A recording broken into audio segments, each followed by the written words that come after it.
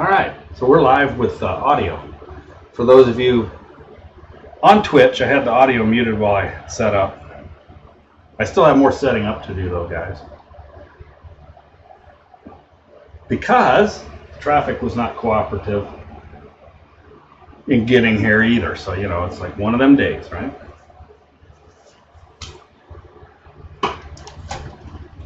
This is on www.twitch.tv/N0JY.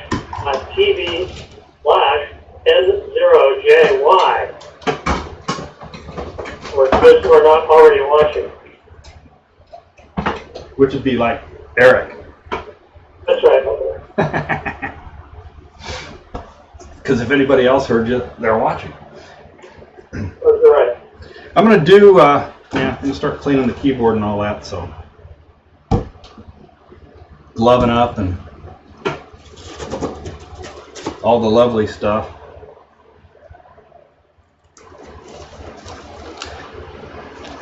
I got in to my appointment like right on time, 5 minutes after, you know, I got there, but then sat for quite a while. So, and then by the time I left, I had to wait a while to check out, and then that just added up to, darn, I thought we were going to start at 3, but I guess not.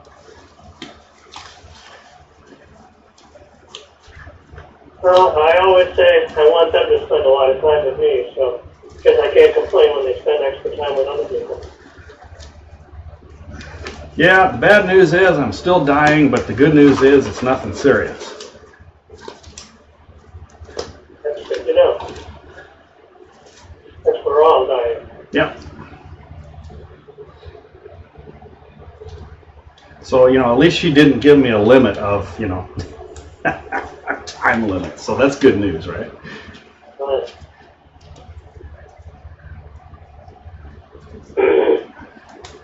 And so to celebrate, I went to Brahms and had a double cheeseburger and a chocolate malt and fries. I guess your cholesterol is okay. Yeah, my cholesterol is good. What I have a little trouble with is blood sugar, and I'm a little bit chubby, shall we say, or fat, if you want to get right down to it. All right, so cleaning keyboard. Anyway, the three of us haven't been together in a while, huh? Right.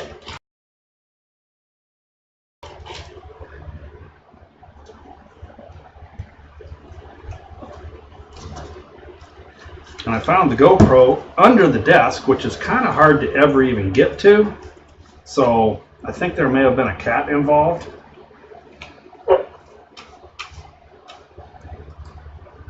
Fortunately, it's got a nice protective case. So there are cats in your pretty clean room? Oh no, pretty clean room, no cats. Oh. Although they aren't really the problem even in the not so clean room. I mean, I get a few hairs in the fan intakes, but 90% of it's dust, you know.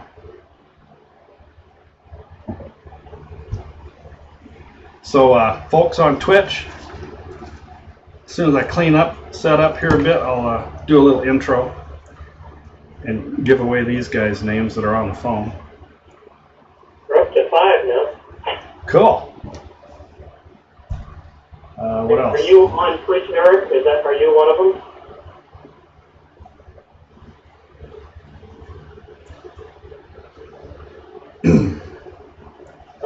Because there's either 3 or 4. Getting audio though? I hear you. I just heard you. What did you ask him? He asked if we got his audio. Boy, it's a wicked delay. It's about 5 or 6 second delay for my audio. Well, don't listen on Twitch. Listen on here. Twitch is just the visual part. And there's a couple second delay in case somebody sends a malicious chat so that it can self-bleep it out of there. Alright, how do I shut the audio off on Twitch? There's a little speaker in the lower left, probably, you know, speaker icon you can click. Burns might give you better guidance because I am not looking at it. Yeah, I'm looking at it, and I have it off. I had it off, but now I can't remember. Okay, I think I have it. Oh, good. Okay. And we I'm built on satellites. audio on GTM and I'm watching video Twitch. Okay. Good. Sweet. All right, so about got everything cleaned up here.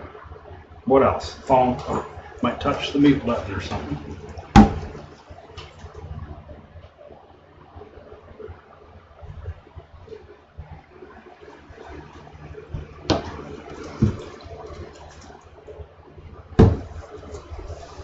Alrighty. So Burns, are you gonna cut out at in about 7 minutes, or was that a round number? Oh, no, not 7 minutes at all. I just had no idea. My wife is now home, so that means not necessarily that we're running out of dinner at some point. Ah, cool. Well then, like I said, you can, as long as one of you can stick around, we can work this. And I don't want to go fast because that means we'll make a mistake and have to start again or something. Oh, yeah. So we'll just take our time, so to speak. Sarah's got a class today, so rather than coming home for an hour and then going back to Fort Worth, she's just going to, go get something to eat there. And so I've got no wife responsibilities for for a while. Wrist strap. I'm going to do a little intro to the Twitch crowd. And then we can commence, eh?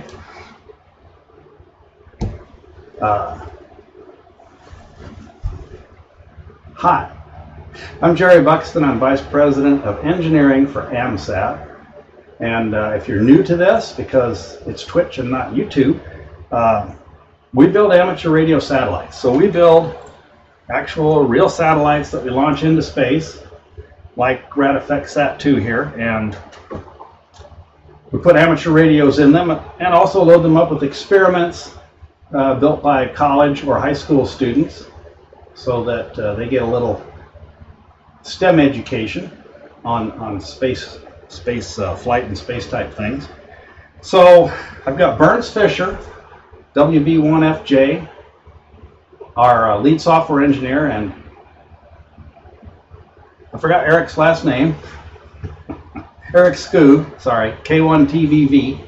They're both on GoToMeeting. Eric's our systems engineer, and they're going to kind of observe through these cameras and call the steps as we go through what's known as the day in the life test. The day in the life test is something that we do to satisfy the launch provider that we're not going to deploy any antennas or start transmitting prior to the minimum time that they have set, but it also satisfies us that when it comes time, we will deploy antennas and begin transmitting.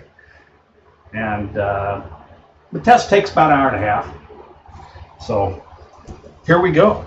Oh, by the way, if there's some things that we can't discuss in public because we could have non-U.S. persons, people from another country or something like that. The U.S. has restrictions on certain space articles unless you have an agreement or an export license. So if something like that comes up, I'm going to hit a button that'll show you a little screen and give you some music while we talk about that for a minute, and then when we're done talking about stuff you can't hear, we'll come back.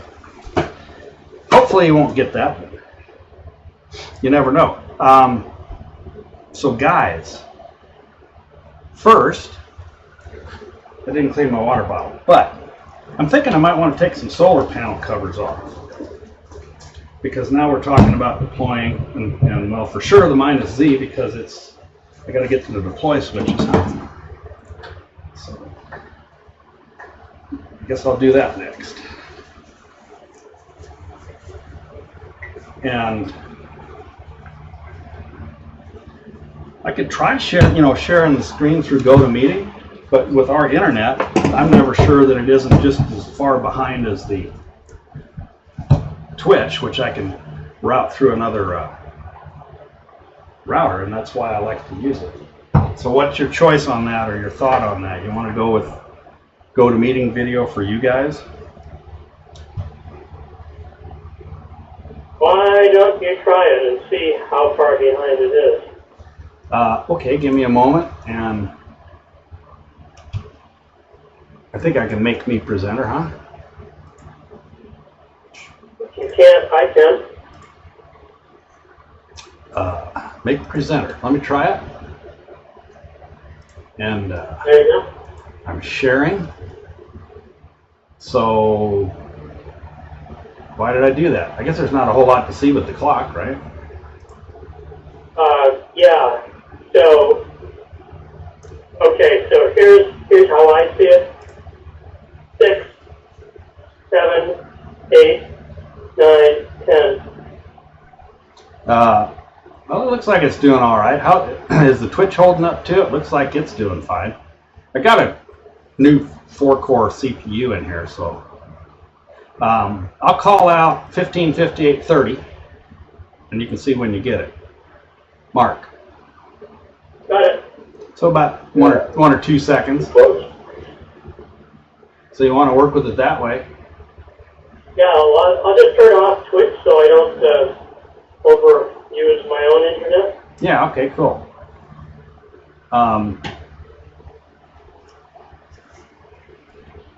So I need to remove some solar panels covers. Leave the panels You alone. burned it just on GTM then? Yeah. Okay, me too.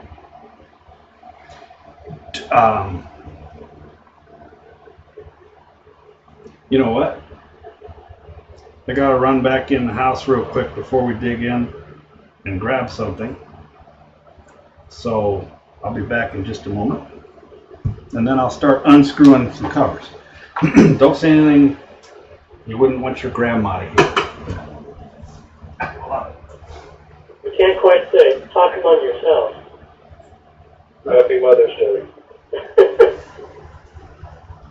Is it Mother's Day already?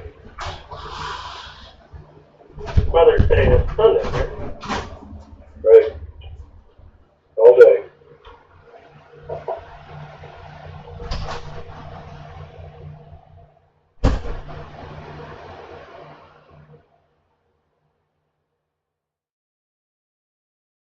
So we got Twitch screen overlaid, so all we'll use on the GTM is the clock then.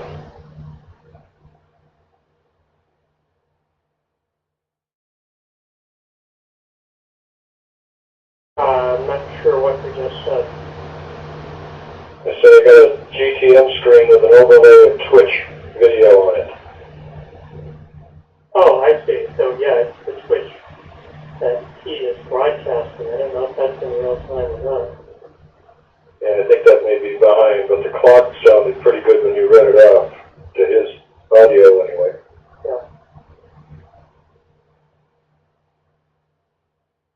So if we use that clock timer for the steps, we should be okay.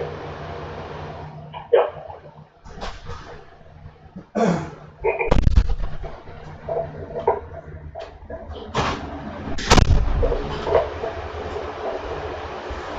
Hey Eric, Well, when you were listening on Twitch, how'd the audio sound? your audio was crystal clear, but Vern's was pretty muffled. Okay. The reason I asked is because I use a noise gate on it, so it doesn't pick up all this fan noise and junk in the background. And I realized after watching the replay of the first stream that it was pretty tight. So you know how when it's choppy like that with a noise gate, it sounds kind of bad. Yeah, no, I didn't detect that at all. Okay, cool. So for sure we need the access to the -Z. Let me turn on another light. Or not.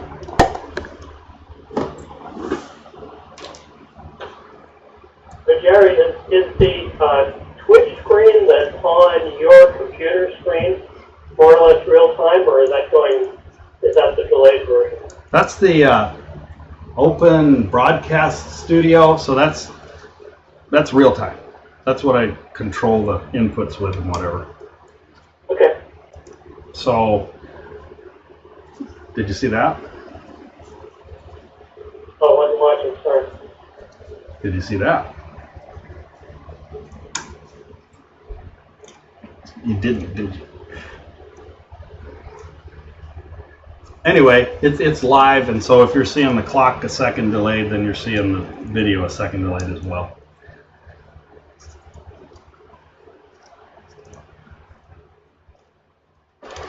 Alrighty, let's see. -Z cover is off. I forgot how we orient it for the deploy test.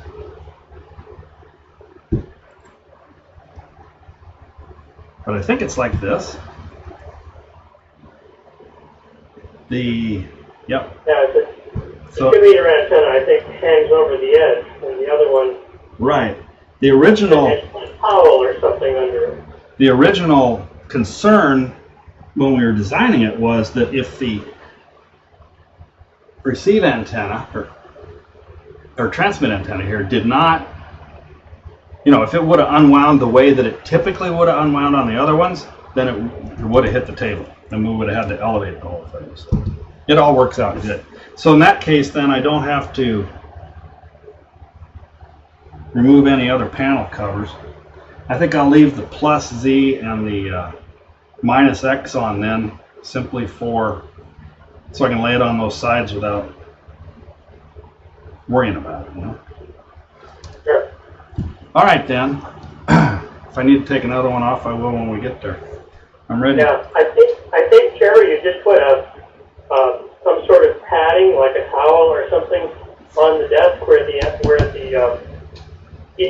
interior antenna might hit. You're correct, and I will do that when we get there. Remind me if I don't. Thanks. I just don't want to do it yet because if I need the mouse, it'll be in the way. Yeah.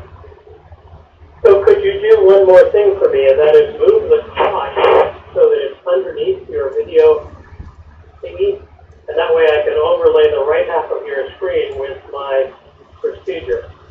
Yeah, good, thank you. Alrighty. Yeah. I'm ready to.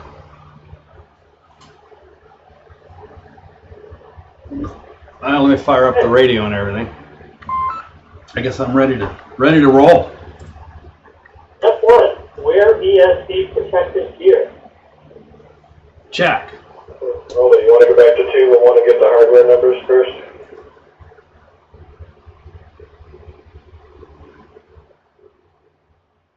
Well, they're not plugged in yet, so it's hard. Oh, okay. Well, so flight unit, serial number? The flight unit serial number? Is that what you said? That's what I said. Is that actually written, or do you have to wait?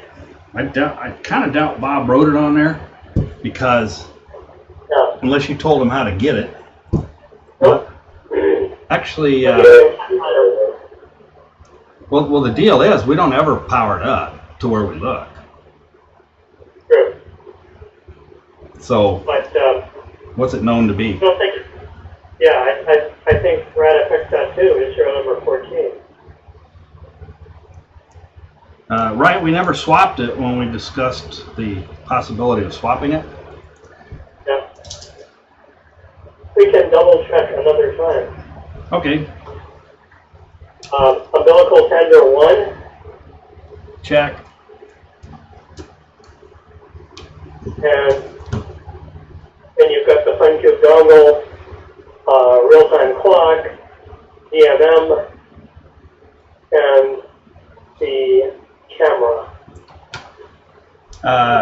I've got my cell phone, I've got the GoPro, and we've got 2 webcams. So when you say start recording, I plan to actually start recording from what we're broadcasting, so I can capture it locally here as well as the fact that it stays on Twitch. Okay. Matter of fact, I'm going to experiment with that for a second, make sure it doesn't bog anything down. So it's running now. Next. Wear ESP protective gear. Check.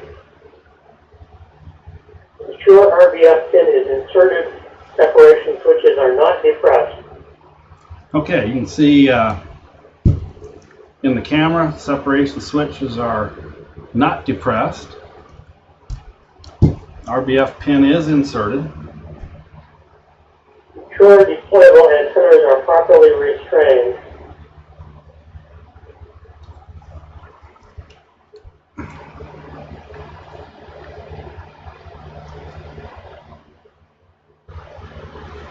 Two meter looks good.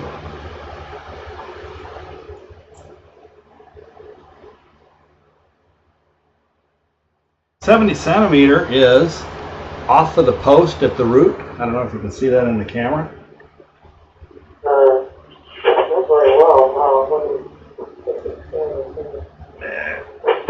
Try again. Ooh. I don't know if that makes any difference. Let me look at it a little closer. I'll take a picture for Bob. Hey, you want to text him and see if he's around? We could have him look at it real quick and see if we need to do something. I'll do that.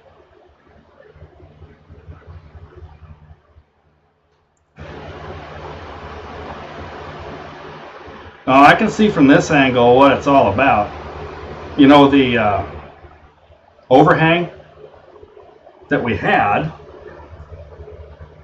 he eliminated it, but that bend does not touch that post now. I don't know if it ever would, actually. So I'm going to text him the pictures. If you can also try to call him and see if he's around. Oh, you don't want me to bother texting him then? Yeah, why don't you call him? Because I mean, I can text him, but I'm going to send him the pictures via text. Okay. And then that way, maybe. Call him. I'm going unmuting. Roger. So.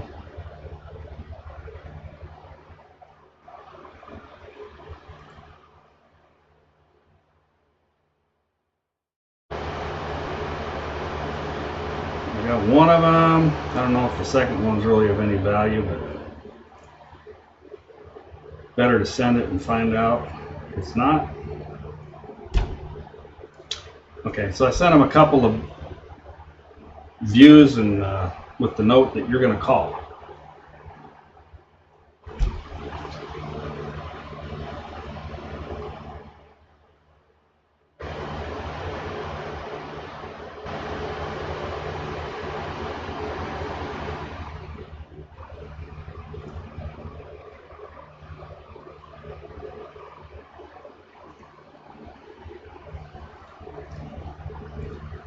So, for those of you at home, we're going to try contacting the mechanical engineer because the receive antenna you see here, it curls around some standoffs in order to be in what we call the stowed position, which is the way it needs to be for launch. It's not touching this bottom standoff. I don't think it's critical that it does. But I need to confirm that with our mechanical engineer. You know what? There's one other item, guys. Shoot, I wish I'd have noticed that before.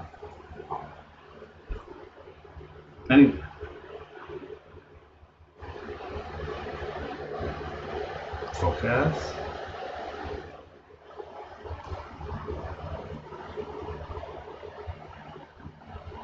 Ooh, you don't like that.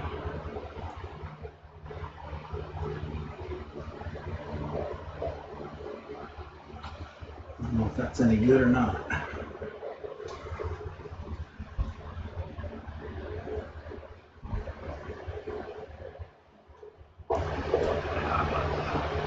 Not the steadiest person to be doing this one, that's for sure. I'm back. Got a hold of Bob. He will join the GTM after you text him the picture. Okay. That one's, I'm going to send him one more because if you're looking in the overhead camera, you can see the solar panel connection right here. Let me go big, hang on. I don't know if it's contacting that or not. It passes directly over it.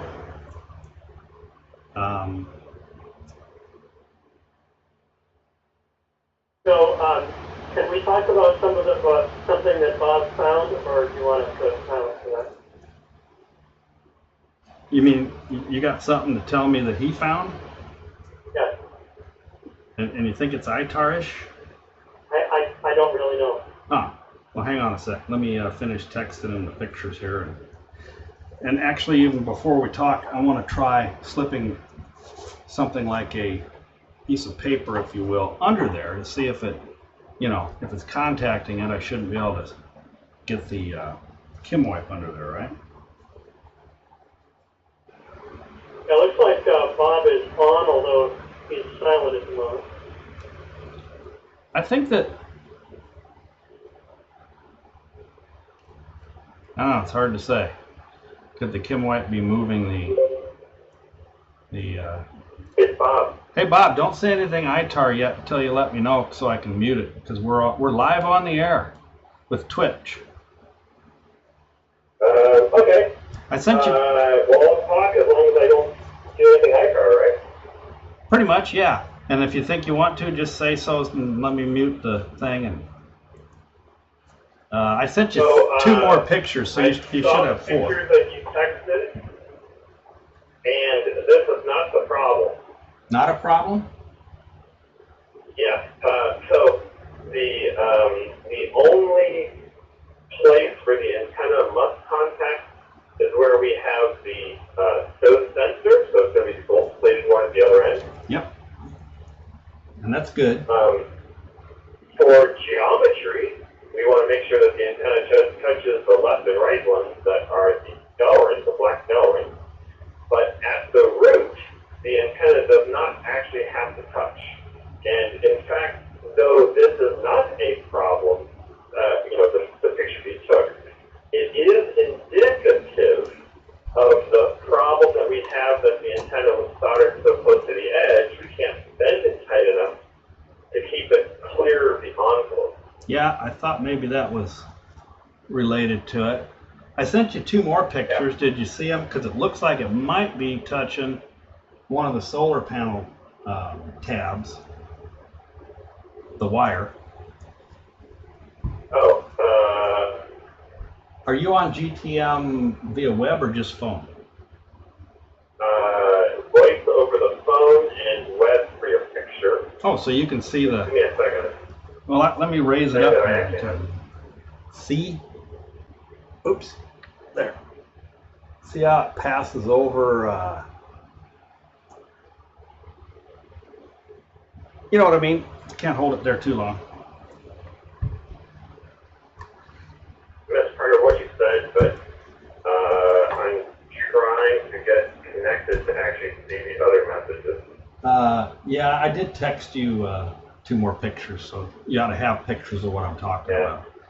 You'll never believe this, but my phone says I have to hang up, and all I see is a message saying downloading. So I'm going to hang up, look at the pictures, and call back in. Hey, you gotta love technology, huh? Yeah. Okay, bye. Bye. Well, at least the first part ain't bad, which is cool.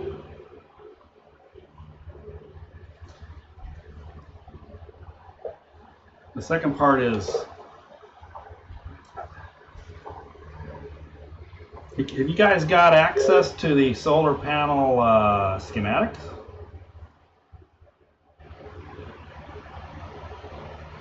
What did you say about the schematic? I was thinking that maybe if one of you could be looking at the solar panel schematics to see what this tab is. I don't believe it's, I don't remember if it's a, a plus or a ground, essentially, this connection. Because it doesn't appear to be touching it. That doesn't mean it might not touch it during vibe or something, or launch. And yeah, so A, I don't know what thing you're talking about there, because I couldn't see what it was when you were holding it up. And B, that schematic is kind of, okay, I see where you're pointing. And B, that schematic is, kind of weird, and I'm not sure I even can reliably read it. that's okay. I bet you Bob can ID the tabs on the cells, so we'll go with that. Okay. it would really only be a problem after deploy,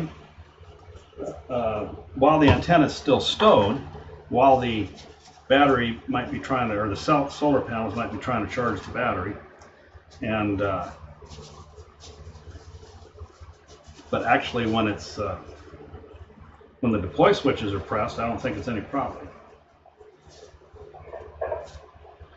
It's Bob again. Hi, Bob again.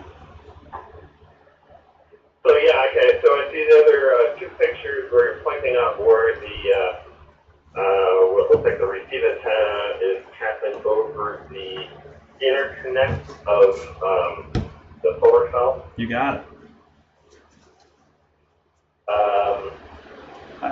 I can't tell if. That. Maybe I should have.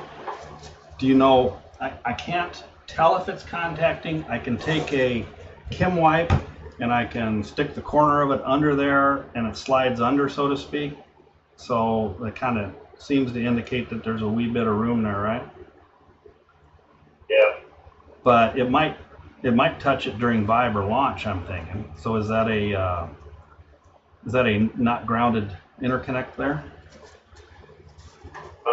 Well, actually, I have absolutely no idea what the repercussions of them making contact are, but it seems prudent to add Kapton tape there.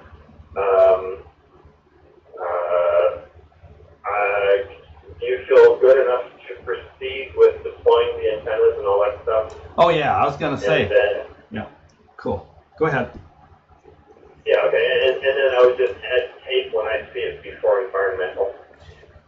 Yes, I'm gonna do an ohmmeter check just to kind of get an idea, see what I see.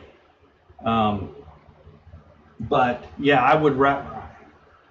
I do have Kapton tape, but I would prefer not to try to do that. And like you said, you can do it when you stow it for launch. So restow it, that is, huh? Yeah. So yeah, okay. Yeah, if you got a couple more minutes, let me throw the ohmmeter on it, if you will. Sure. And I'm gonna see. So just a comment, we proved a couple of days ago that the cells are generating electricity, so they're not being shorted out. Yeah, but didn't we do that when the antennas were stowed, or deployed rather? That was part of the short functional? I'm talking, Jerry and I did this short functional when it was stowed. Hey Burns, you have a good point. Remember I said one of the Y panels was less than the rest? Oh yeah, sure. Can you see which one? I'll try.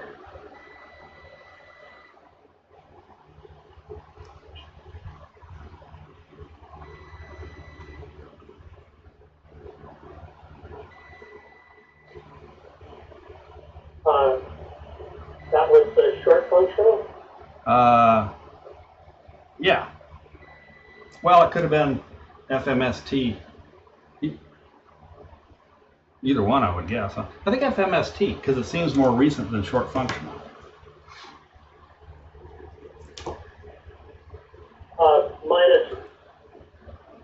Minus Y was regularly a little bit lower. And this is minus Y.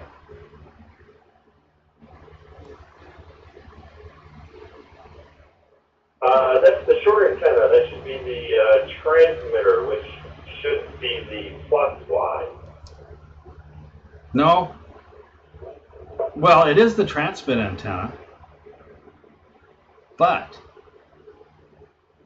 all right, let's do a little quick orientation exercise. All right. The camera hole is in the plus Y direction, and that should have been right next to the root of the receive antenna. You see your little arrows there?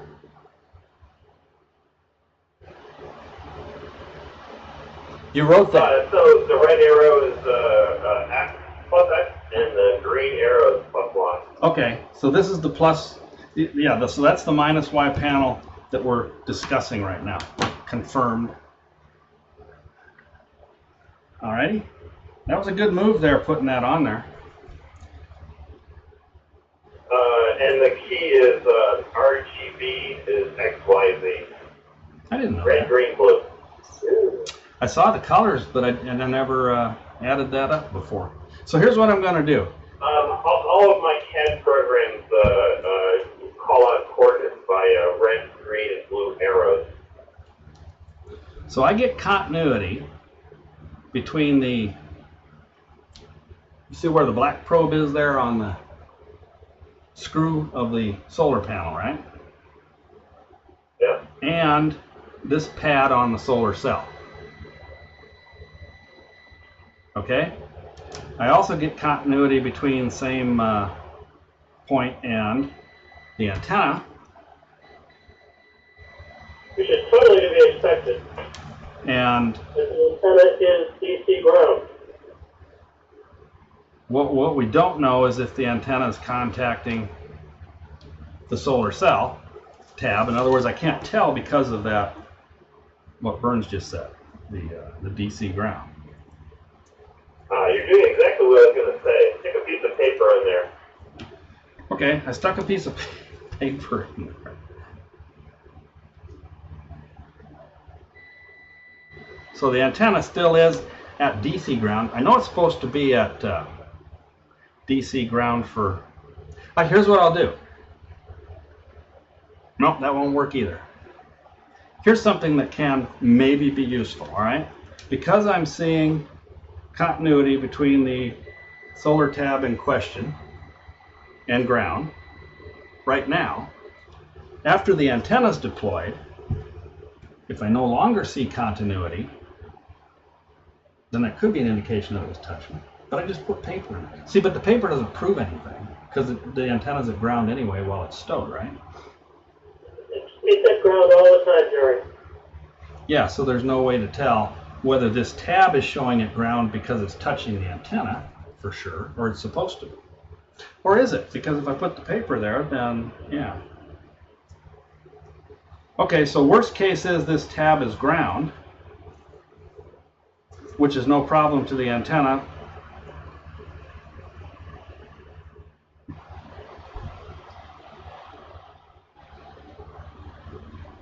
Might be a problem for the IHU. But I can go into a This lot. be resolved if I go to the Eagle layout of the panel and see if that tab is actually ground. That would, yeah, that would make me happy. I mean, 90% it is. I'm sure it is, but let me verify. Well, and its mirror, its partner on the other side of the cell is ground as well, which would tend to make you believe that the one in the middle is the plus CIC, right? Well, what did you mean about the IHU not liking something, Jerry? Oh, it's a long theory, so we can talk about it later. Okay. I mean, because it would be something that we would talk about, and so if we can solve this and move on. If it's safe to do this test, that's cool. We put Kapton on it when we stow it again and we're done, right? Yep. See, it's never easy.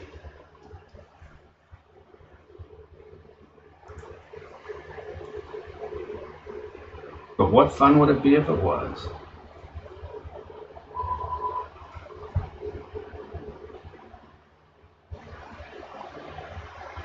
I'm so stoked. Here, check this out.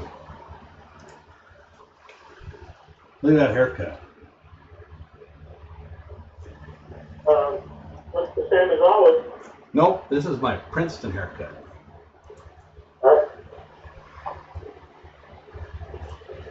Yep. So while I'm looking that up, do you actually want to go do some of the other preliminary steps? Yeah, we could do that. Bob, just break when you're back. Yeah, give me a second. I don't remember much about Eagle. Well, that's cool. I mean, we're going to be here 2 hours, so whenever.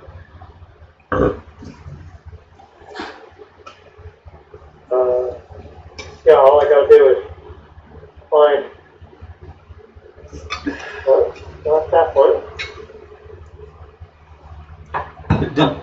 Did Eric go away, or is he still there too? Ah, okay. Silent partner. So the next thing you're going to do is attach the UVT cable and check the battery voltage. Yeah. Lesson in physics. Don't try to throw a Kim wipe in the trash when you've got a fan blowing on the area.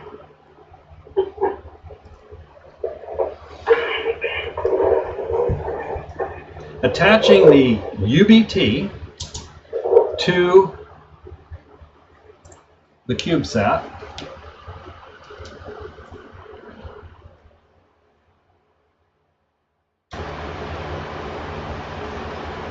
And turning on the voltmeter. Right. 3.99. So 4. 3.99? Yep. Okay. It should be about 4, so That's about sounds like about 4 to me. pretty darned about 4, isn't it? No. Disconnect from the CubeSat. Disconnect. UVT. Check. So you're now setting up the SDR waterfall, configuring the monitor with the center frequency and so on. Okay, what's the center frequency? Does it say? 135.775. 7. Really? That's what's up. 7, 2, 4, 5. 435.775. And 96 kilohertz span, RPW minimum 500. 96 kilohertz.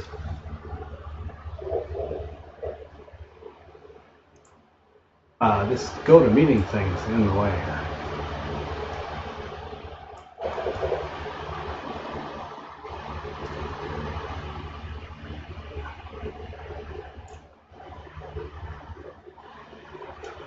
Let me see if I can tweak that a little bit.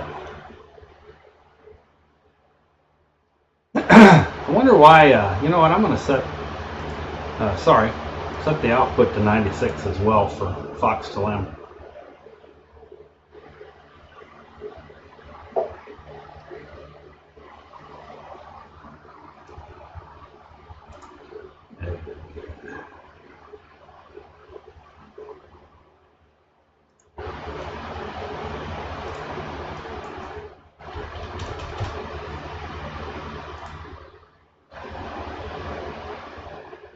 Well, it didn't change it any, did it?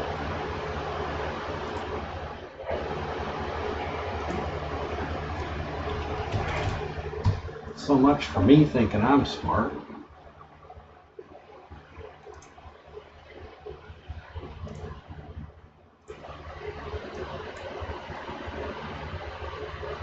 Okay, what am I missing here?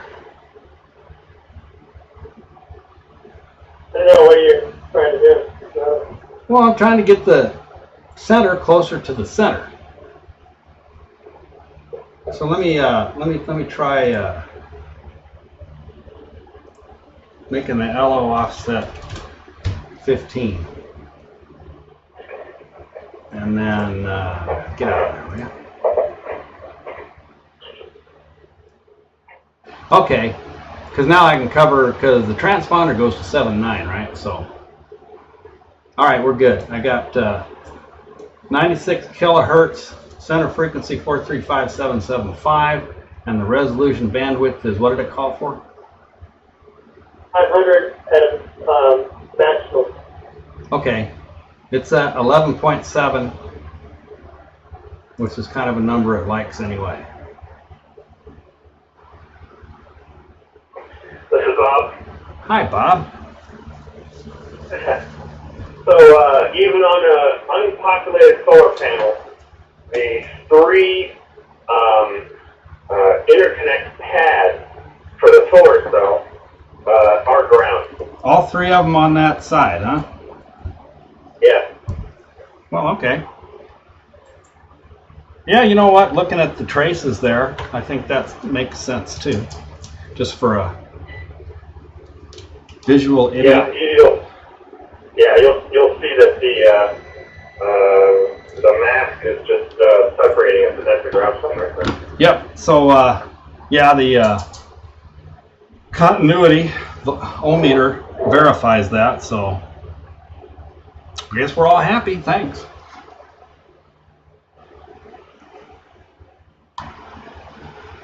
You can go back to a waiting. Make a note to put Kapton tape on the antenna anyway. What do you think? Should we? I think we should. I'll explain it later. We can all talk about that later. Yeah, my gut reaction is yes. I think I can do it in a way that doesn't risk a hang-up. Okay, yeah, well, you can certainly take that into consideration, knowing what we know. So we'll take the least unacceptable solution when we get there, huh? Sounds good. Thanks. Okay, well, Sorry, what? I'll drop off. Good luck then. Thanks. Yep, thanks. Just don't wander far.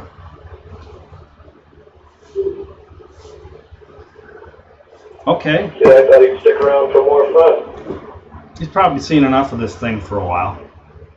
So the next step is taking a photo of the receive and transmit antennas in your stove stick. Alrighty. And also waterfall screen showing their transmit. Hey, you know what? I blew a hole in my glove. That stinks. So, hang on.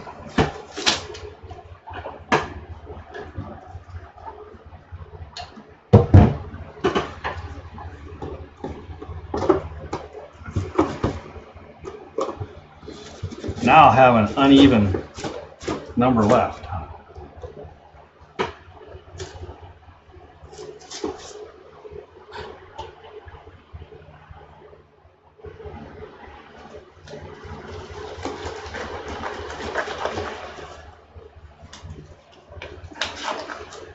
I love putting these things on when you've already had one on and it's 80 degrees in here.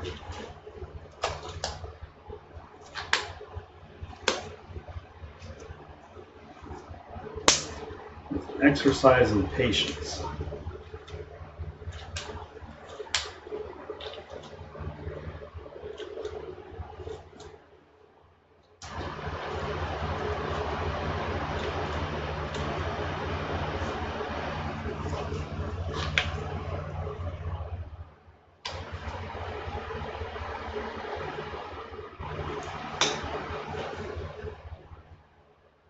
Come on.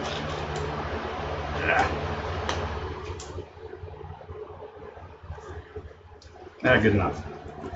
I'm not going to be using, giving anybody a transfusion or something. So. I'm taking a picture of the stowed antennas, correct? Yes, and the waterfall diagram Showing. that there is no transmission. What is the beacon frequency? Do you remember?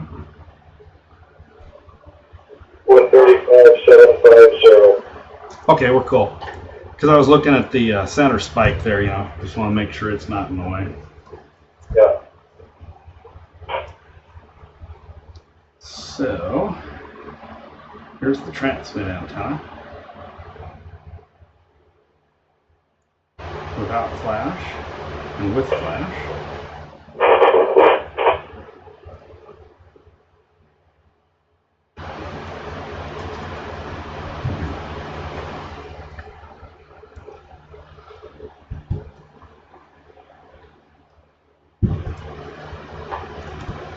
And that was the receive antenna. One of these days I'll get that right. You guys threw me a curve now. You guys, you decided to do it. Yeah, but I also said, why don't we keep the antennas on the same sides? Oh. Anyway, that was just a idle complaint as much as anything. The fact is, I still think of the longer one as the transmit. All right, pictures are done. Waterfall. I'll do a grab, print screen, and paste it somewhere.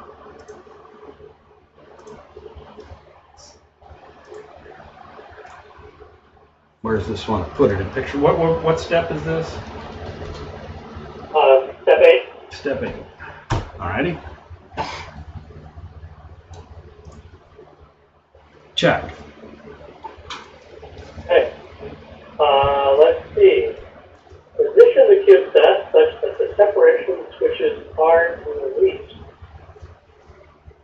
Verify that the LED is not lit. Deploy warning beeper silent. Okay. Turn the RBF pin properly cuts off the power.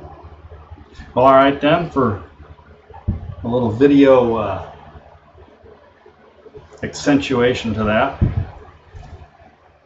the plus Z end is down on the table. Therefore, the minus Z end with the separation springs and the separation switches is up in the air. The switches are not depressed. The switches have been not depressed for greater than 2 minutes because I was taking those photos. The RBF pin is attached, and therefore we can derive that the reason the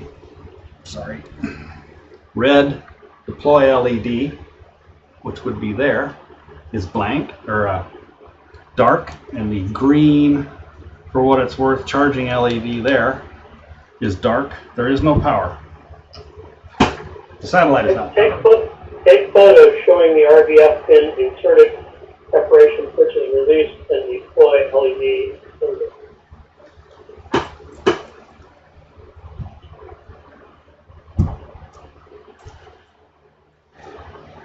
Taking photos.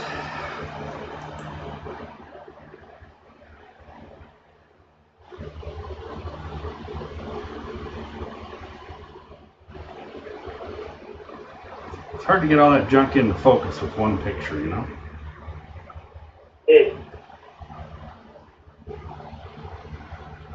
But especially if you can blow this up on your PC screen, I think it will be very easy to see that all of the above is true. Photos are done. Check. Okay. Now we are going to start the video recording. Position to view both separation switches and the deploying LED. And pull down the separation switches, remove the RBF pin, and wait for 120 seconds.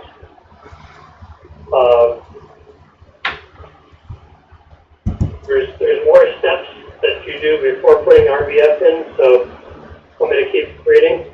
Tell you what, let me get the video positioned first so that I know I can capture all that. And I guess it helps if you put a battery in, huh? I had it on charge.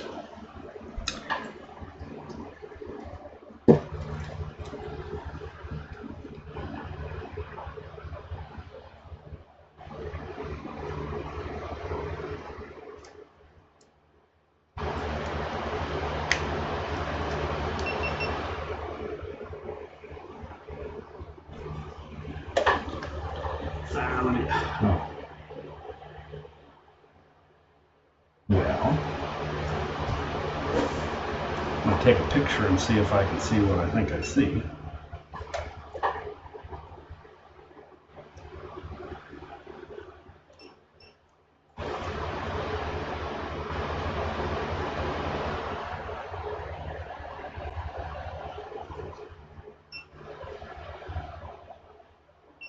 No.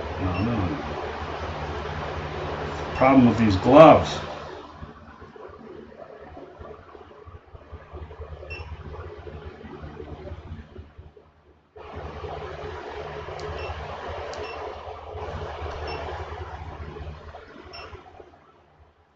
Oh heavens! That was a wee bit of a wide angle there.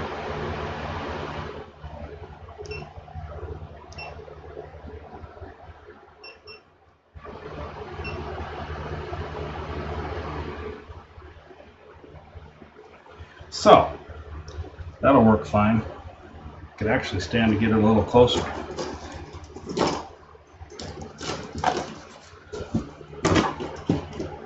kind of like that, I'll bet. Yeah, even then it's still kind of far away, but it captures everything, and we've got the other two cameras, so. I'm going to want to be able to depress both the deploy switches and pull the RBF pin, right? Yes, that's right. You also will want to identify the +X - Y separation switch, because after 2 minutes, you're going to release that one. +X - Y.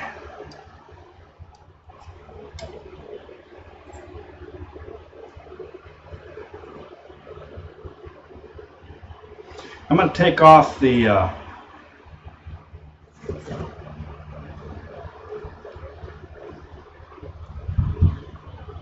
-X cover because it sticks up just slightly, gets in the way of the ruler. Yeah. We can put it back on when we go to do the burn.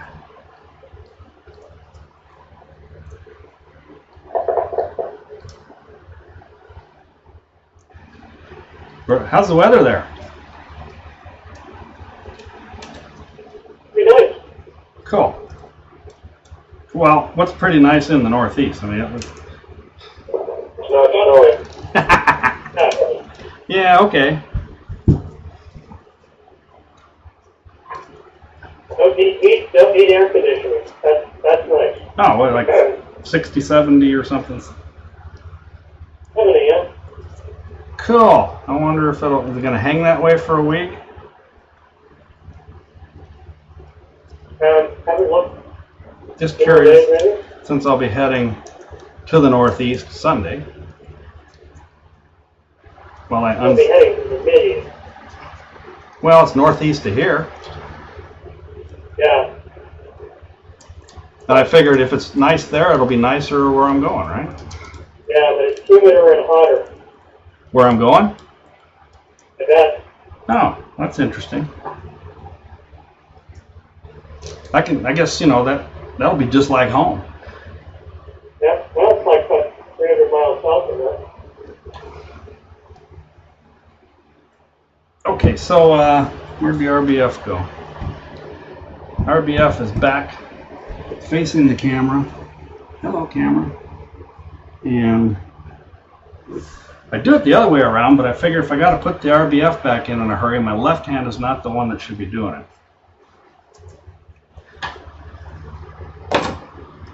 You're also going to be taking a photo with an RBF pin removed. You mean, well, would you suggest a photo of the empty hole or a photo of me holding the pin, or what's your thought on that? I think the empty hole would be adequate. So I'm gonna, It wants to show the RBF removed, switches depressed, and LED extinguished. I could make that part of the video.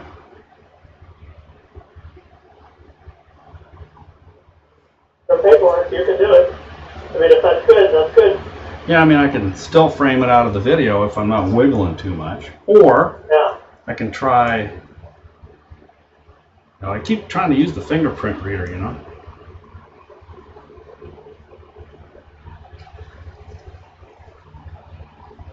I'll just lay the RBF on the table and take a picture with the cell phone here.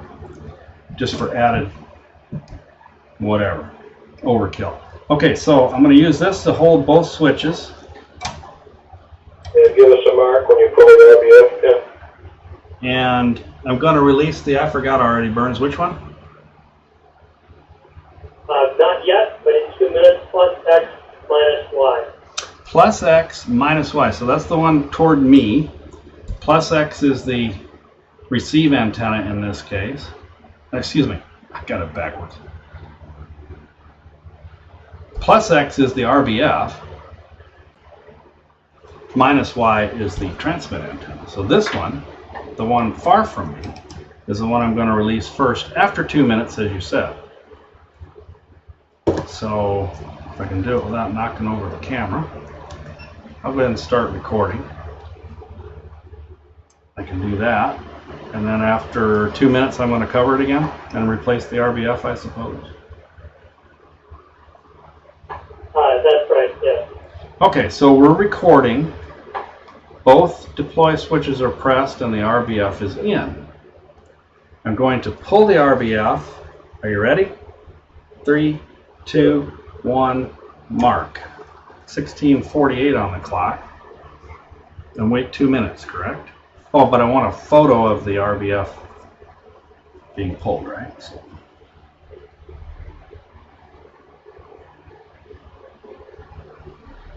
Boy, is that awkward. The ruler's great for holding them, but it's also wanting to slide off them very easily. So I think I made that comment last time, huh? Yeah, that's a different test. Yeah, when I was leaning over trying to use the cell phone with one hand, I was slowly creeping the ruler over off of the pin, you know? I mean the switch.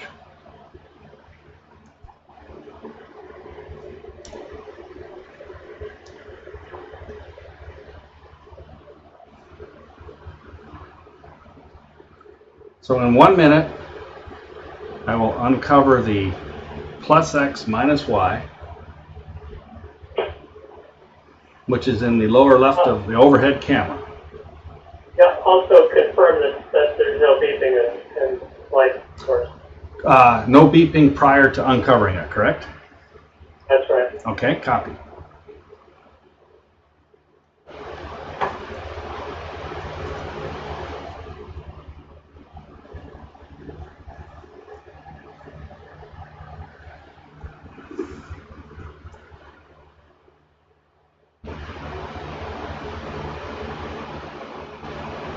Gotta love that anodized rail there, man. It's slipperier than snot. On the air, Jared. 5 seconds. In 2 minutes, I don't hear anything and I don't see anything. So I'll uncover the one switch at, we'll go for 50 and 15 seconds. 3, 2, 1, mark. And wait 2 more minutes, correct? That is right. Guess I'll take a picture of the uncovered switch. Does it say anything about that? Oh, is that, oh, pictures? It does not say that, no. Okay.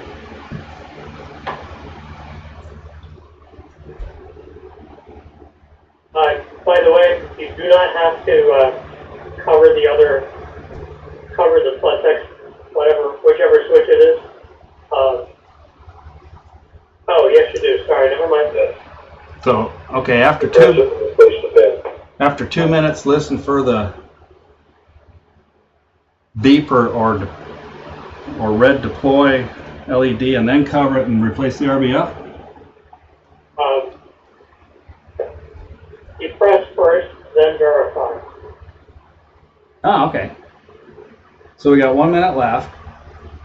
I'm sliding again.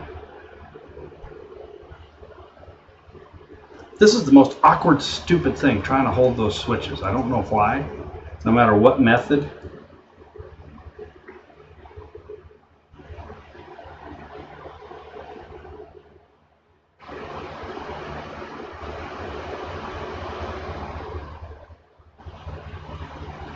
I feel like I need to put, 400 tons of force on it to make sure I don't accidentally release the other one.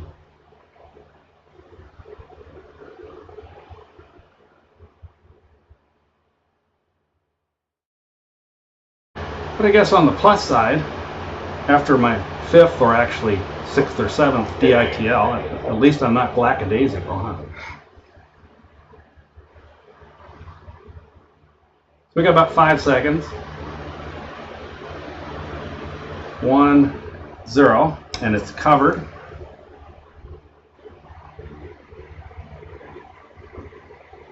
I don't hear anything and I don't see anything. Replace the RBF, correct? Yeah, correct. And the RBF is replaced. Done? Okay, now we're going to do the whole thing again, but with the other switch.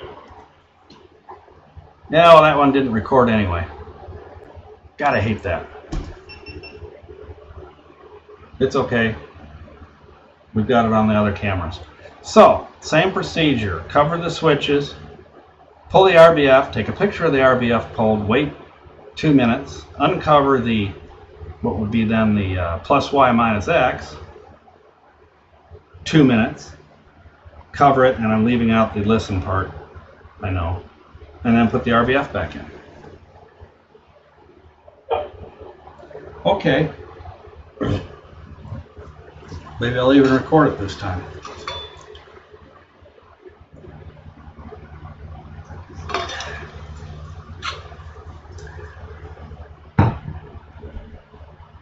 What a hoot.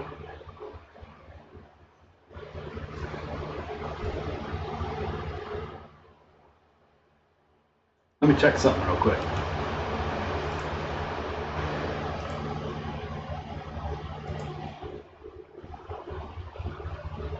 Okay. So, this time I'll start the recording first.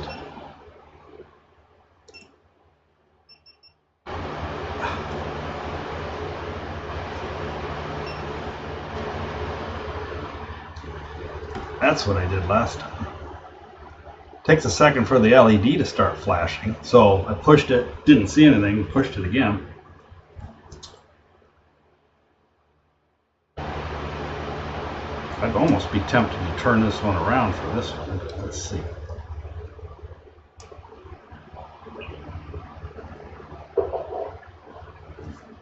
Okay, here we go. Oh, dang it. So I'll start this one at 1655.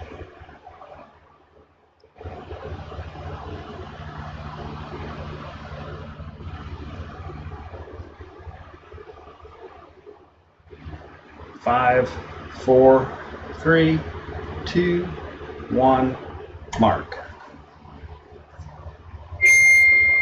Don't do that. You scared me. Don't make me think that something started launching.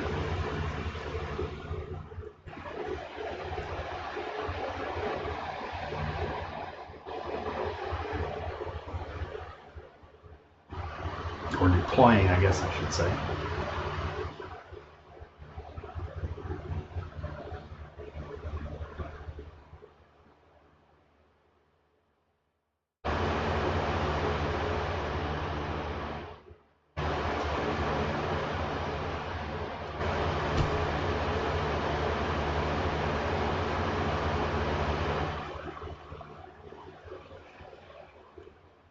So I've been called and I said I would come during the 50-minute wait, so Eric, are you able to?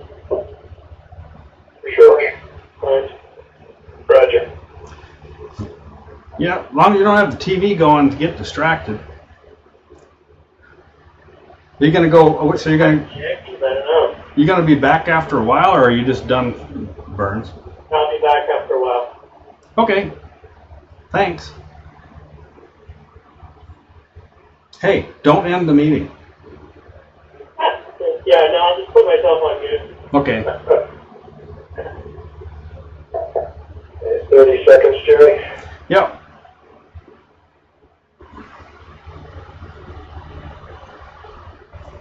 You're going to ensure the LED is off and beeper is silent, and then release the minus X plus Y switch.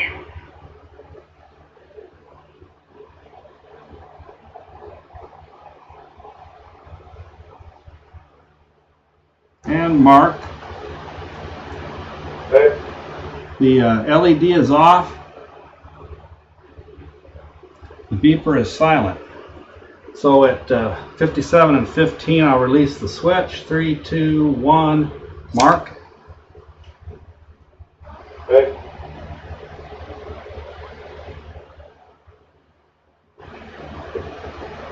So we're going to wait another 2 minutes. 59:15. It's like watching an egg timer, man. Oh yeah, I took a picture on the last one. I may as well do that. Give me something to do.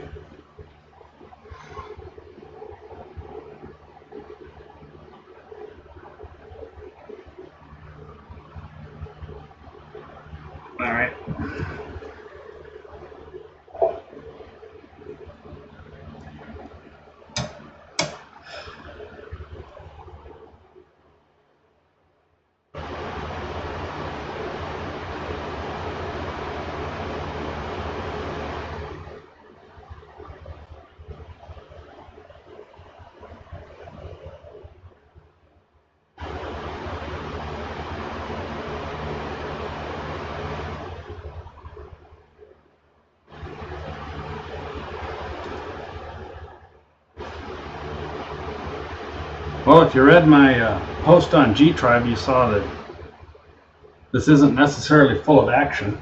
And I guess you're finding out.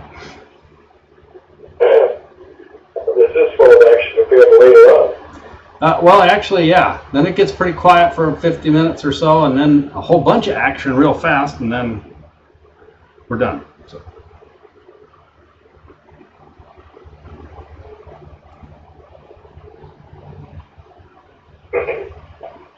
-15 seconds, you're going to depress the -X plus Y switch.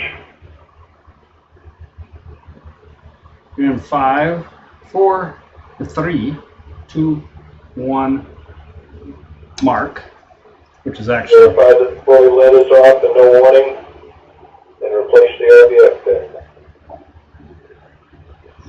The LED is dark. I do not hear any beep.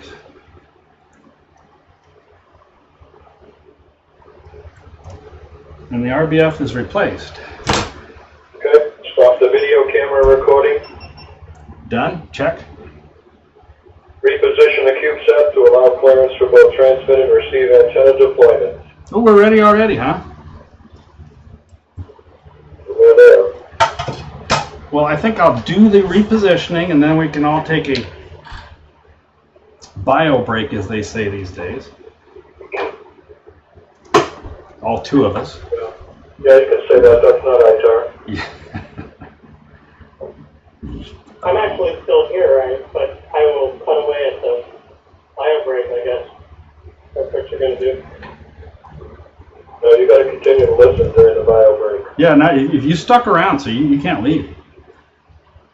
I told you I was leaving in 10 minutes. Oh, I thought you said you were called and you were going to leave. Can Eric handle it? That's what I got. Maybe I didn't say I was going to leave during the 50 minutes downtime, or the every 5 minutes downtime, or whatever. Oh, that's a Z panel. Trying to put a Z panel on the X side. Frustrating at best.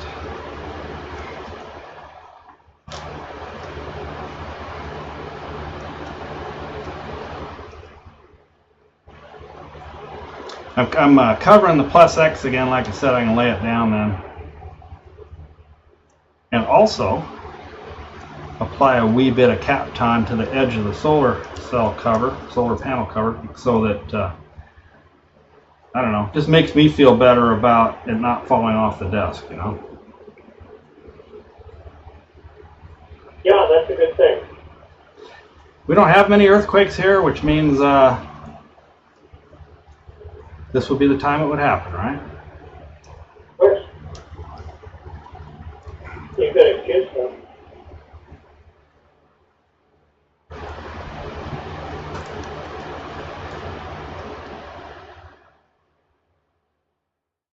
I wonder if anybody is watching who, you know, saw the news, AMSAT news, what, a month ago? That said that RadFxSat-2 Fox 1E passed the DITL. Yay! And so they're going, so what is up? I'll tell you what is up. If you're an AMSAT member, you'll find out in the next issue of the AMSAT Journal. If you're not an AMSAT member, you can join. $44 a year or $22 a year for student membership. And then you'll get a copy of the AMSAT Journal and you can read my column and find out what is up.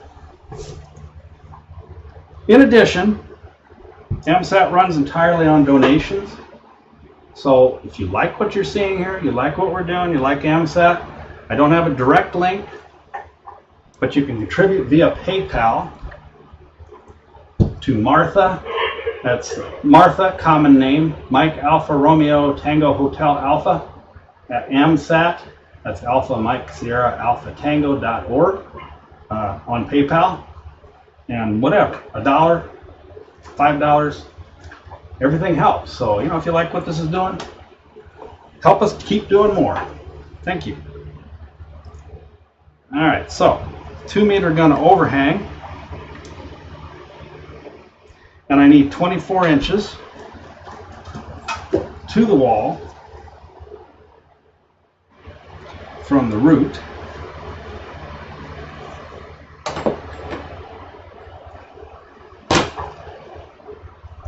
Should have got a bigger anti-static mat.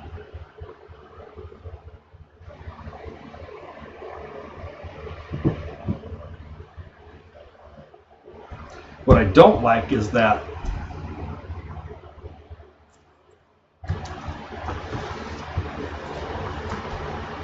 those are about the same height.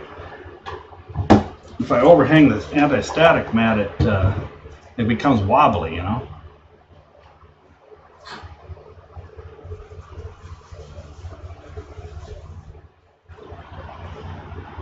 And I had cleaned the mouse pad earlier, so it's just a re-cleaning, it's fine.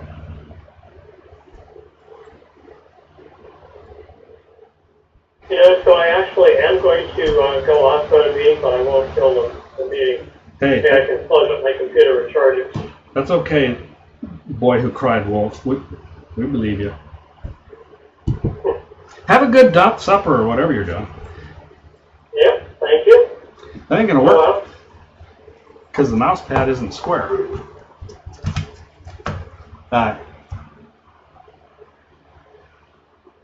You know, since I have to put the pad, that is the towel, to catch the receive antenna, I reckon I could use it for the pad here too, perhaps. Huh?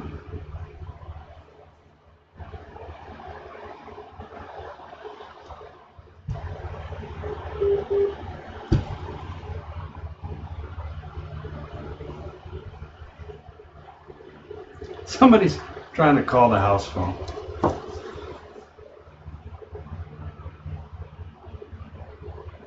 Hi, I'm not here because I'm playing with a satellite. Darn. FCC.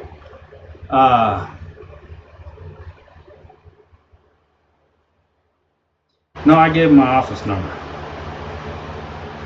Did I tell you that I wrote Carl and Joseph and asked them, hey, you guys want to meet? I'm going to be in Washington next week.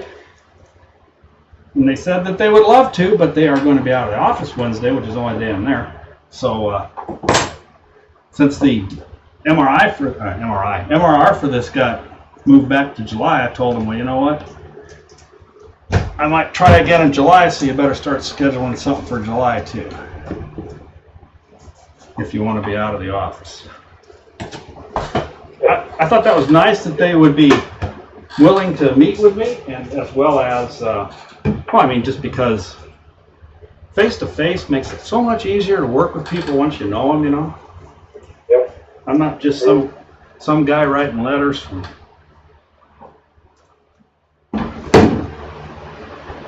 Okay, so I'll fold this over so I can access the keyboard. 2 meter, yeah, we're overhanging by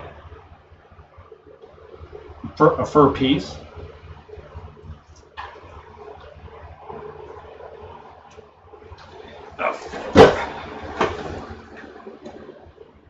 Dang.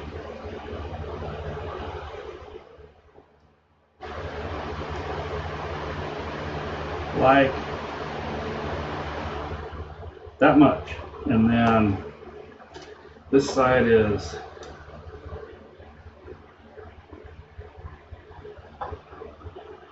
I want to make sure it's not too crooked, because if it's crooked, see, then it might recontact because it's crooked.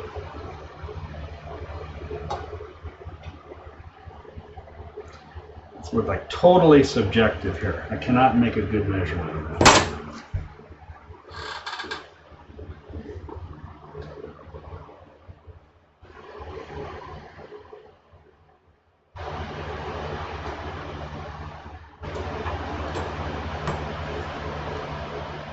Try it this way here.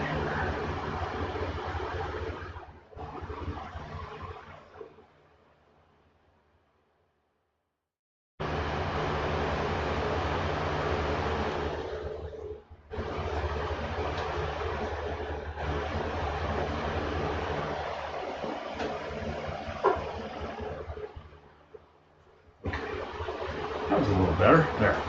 That should be fine.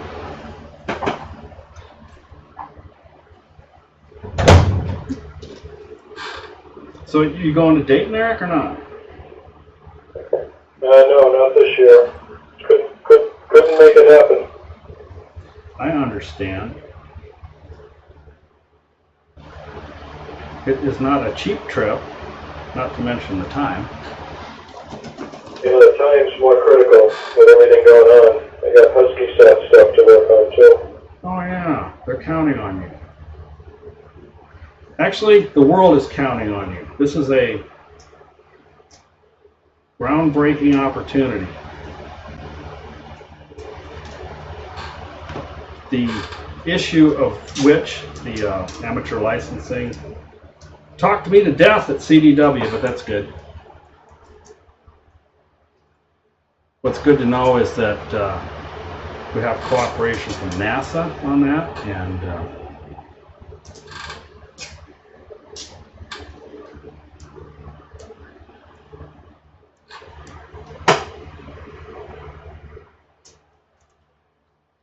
I think it's a great educational opportunity, because I don't think FCC quite realized, you know, all of what amateurs do with these things. Just, you know, especially in terms of the experiment. It's like, well, gee guys, guess what's flying on all 5 of these? Experiments. Does that make them experimental? Hell yeah! Even the radio's experimental. The whole thing's experimental.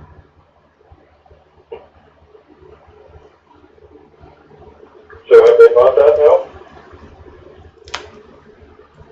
Well, enough to say send us the mission overview and we'll give it consideration and get back to you in 2 weeks. And you did get the mission overview from the ODAR report, right? Correct. I fleshed it out, did not alter it, but I added all of the amateur frequencies. They just had the bands, you know, to make it like our previous ones, essentially.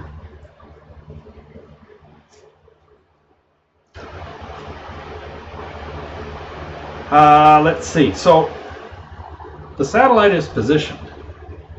Just to confirm, and I'll have to re-aim that camera up top there. Hang on.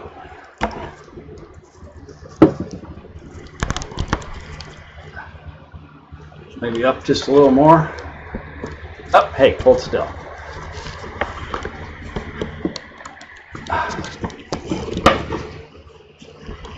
Now whatever. There. How's that? Looks like a good view to me. Yeah, so the 2-meter antenna will be over the edge. Straight up or down? Give me 1 sec. The tiny little free tripod is giving me some fits. There.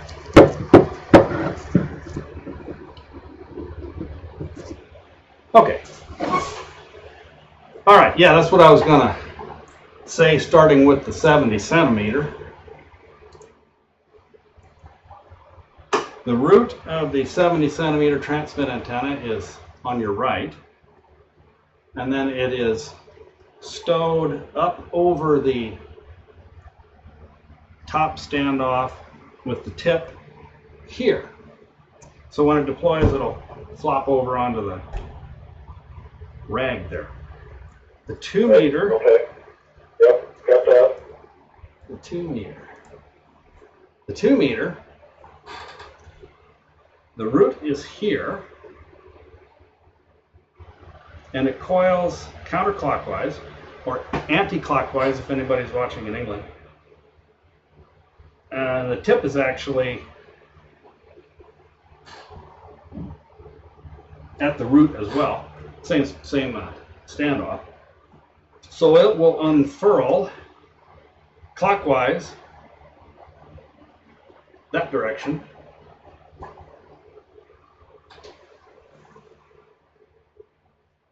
Okay, that was the 23 inches to the wall?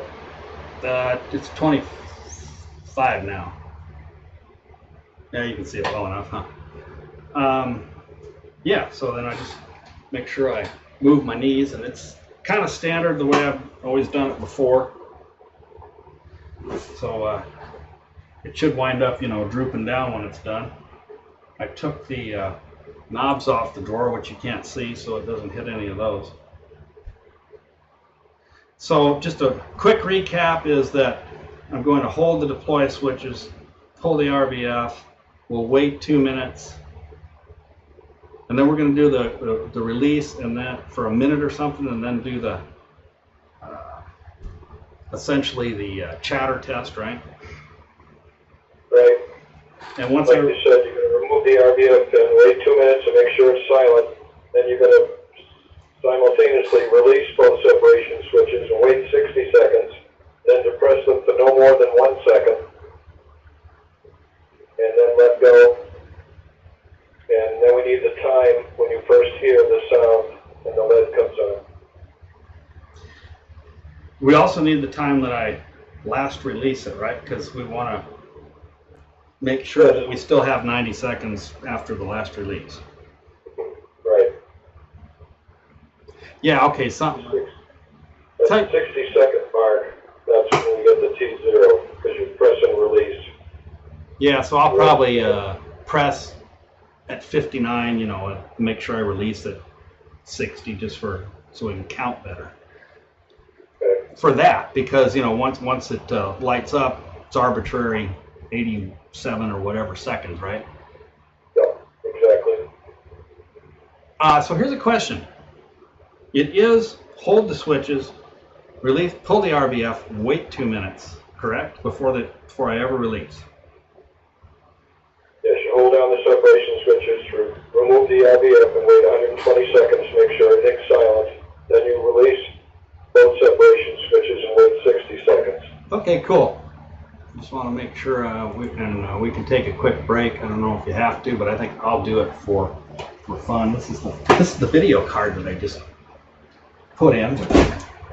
Helps a whole lot with the handling of all this stuff via GTM and everything. So, for your notification, where my finger is pointing, that is the deploy LED, which you may be able to see off that top camera. I don't think hearing the beep is too likely. I don't have any microphones other than the ones built into the cameras, so. Yeah, we'll take your mark on that. Yeah, and then the script calls for every 5 minutes after the switches are released, not after it lights up, if you will, that we make the recording, correct? Correct. Yeah, because we're counting against when they kick us out versus when we actually light up. Yes. But the kick out to light up time is of interest to us.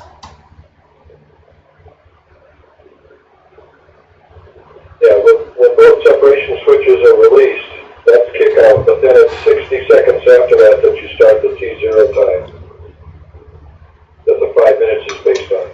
Right, because actually the theory is that, well, anyway, yeah. The point is that last release is the release from the P-pod or Phantom Rail or whatever. And because the other one is just an exaggerated chatter test, really, the previous. Which actually, I don't know if I should say this. Hey folks at home, hang on just a minute. You can listen to some fine music.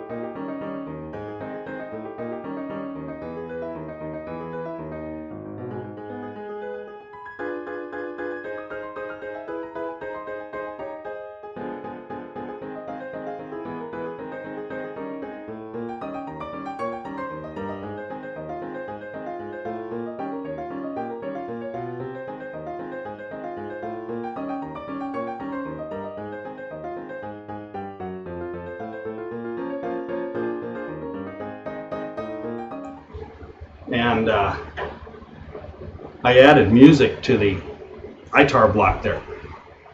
Some Scott Joplin, because it's royalty free.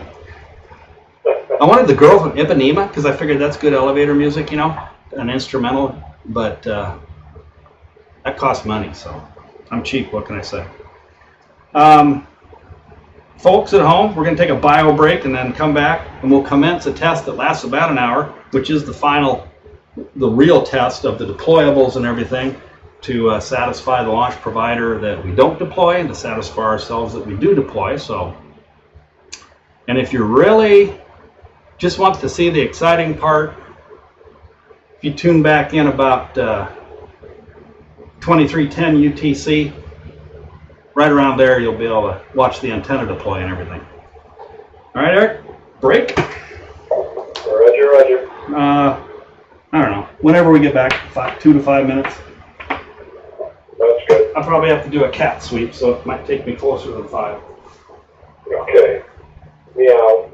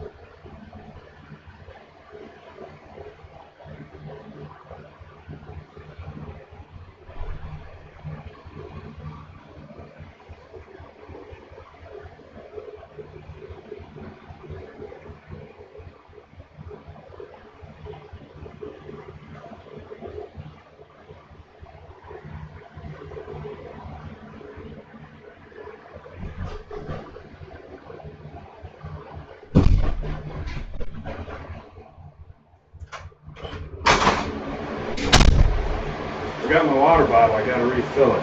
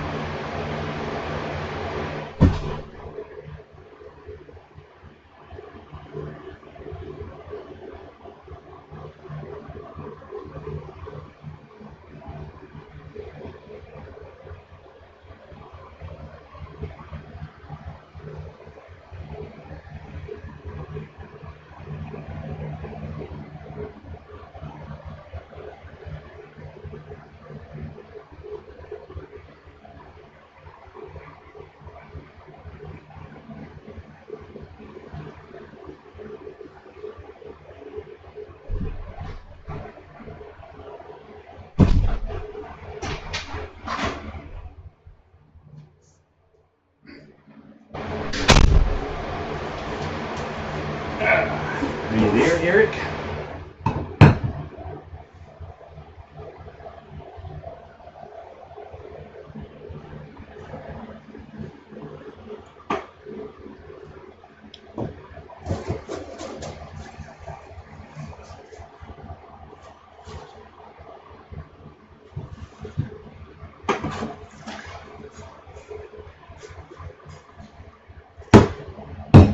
Gotta love that IPA. At least the smell.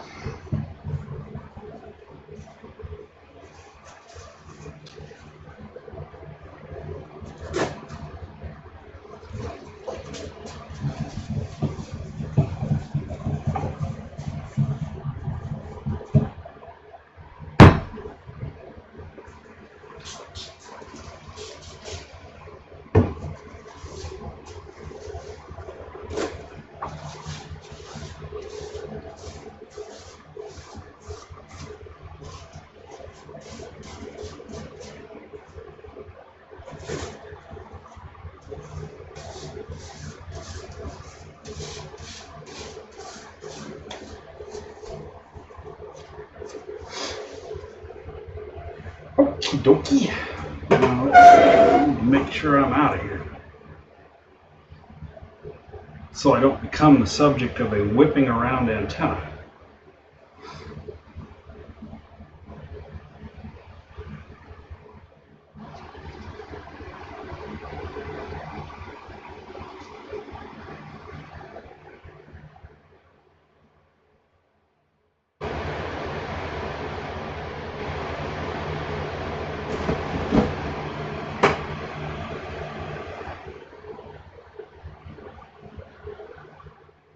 Let me see here.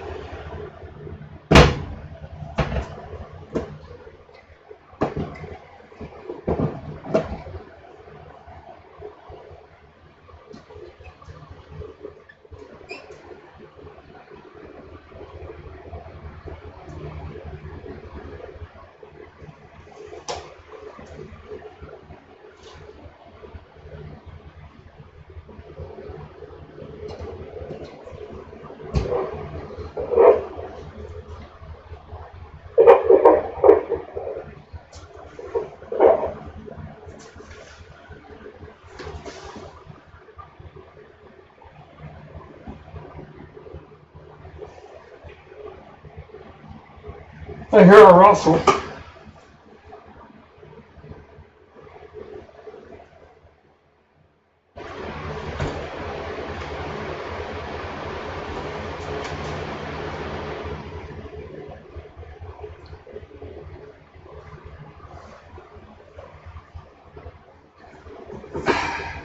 Are you back?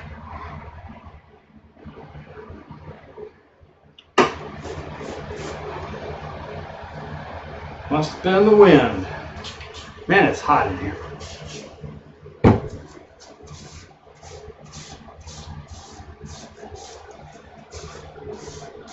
But I've designed when we designed the house, this was to be a workshop. And it is a great workshop.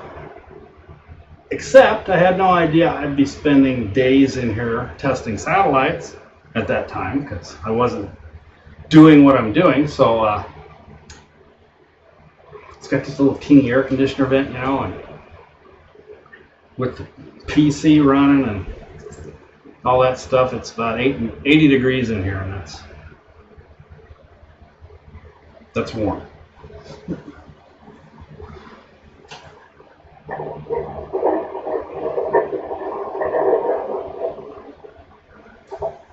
I hear a bunch of rustling. Is that you?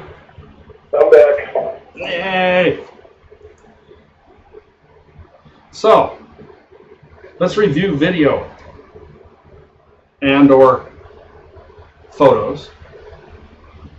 I'm still, I'm going to stop and restart the recording, which is OBS is going to be recording these two cameras or whatever I have active, and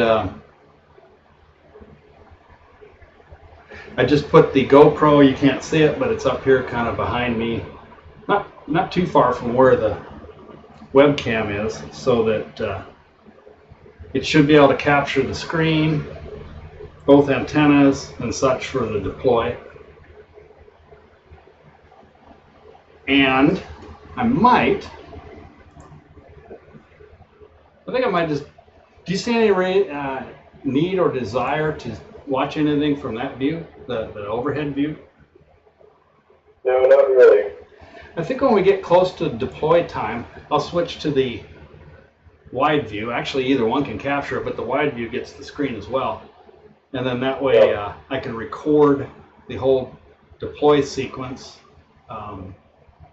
with one camera. So it'll be a bigger picture rather than the split screen.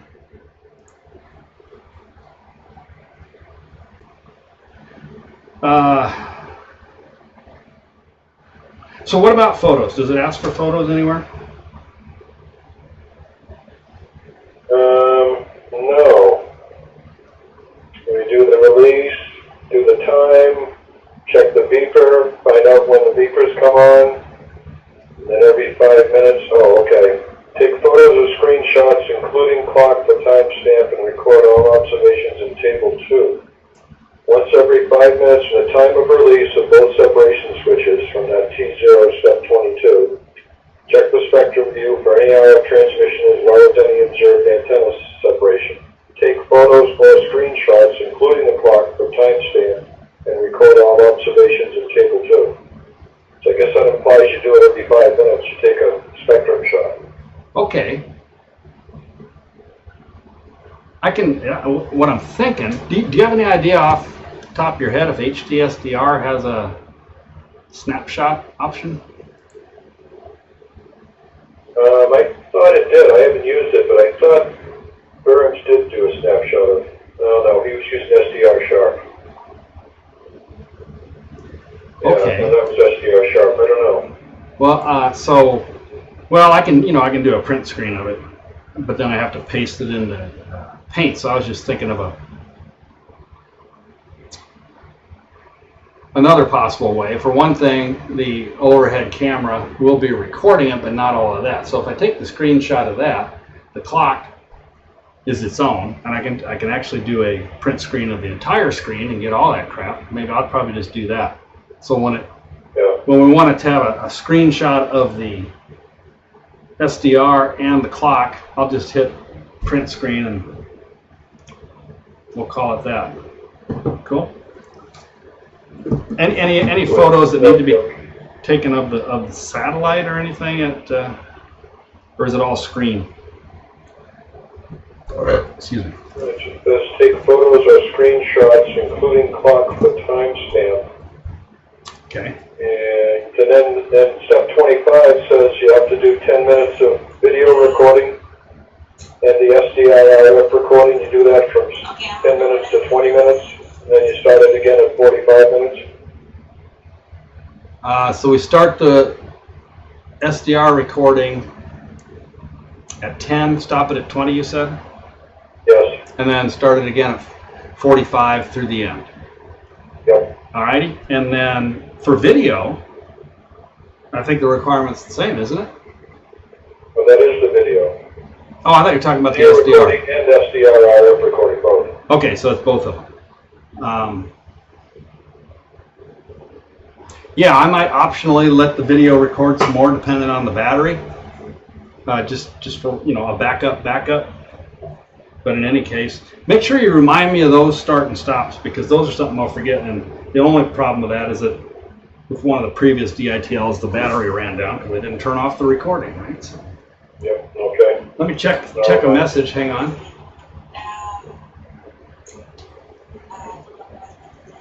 Okay,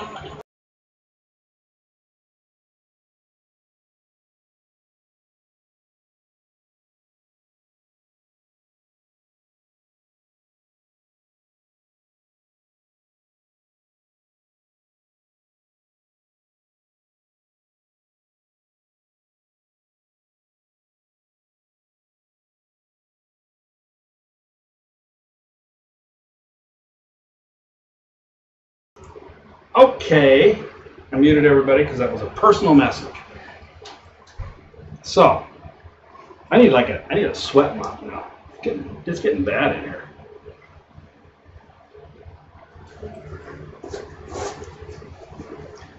This is sweatshop work. You have an air conditioner in there? Well, there's a vent, but it's tiny. That's what I was kind of telling the audience, that when we designed the house, this was going to be a workshop, right? Like, not spending days at a time in here working on satellites kind of workshop, because I didn't know that then.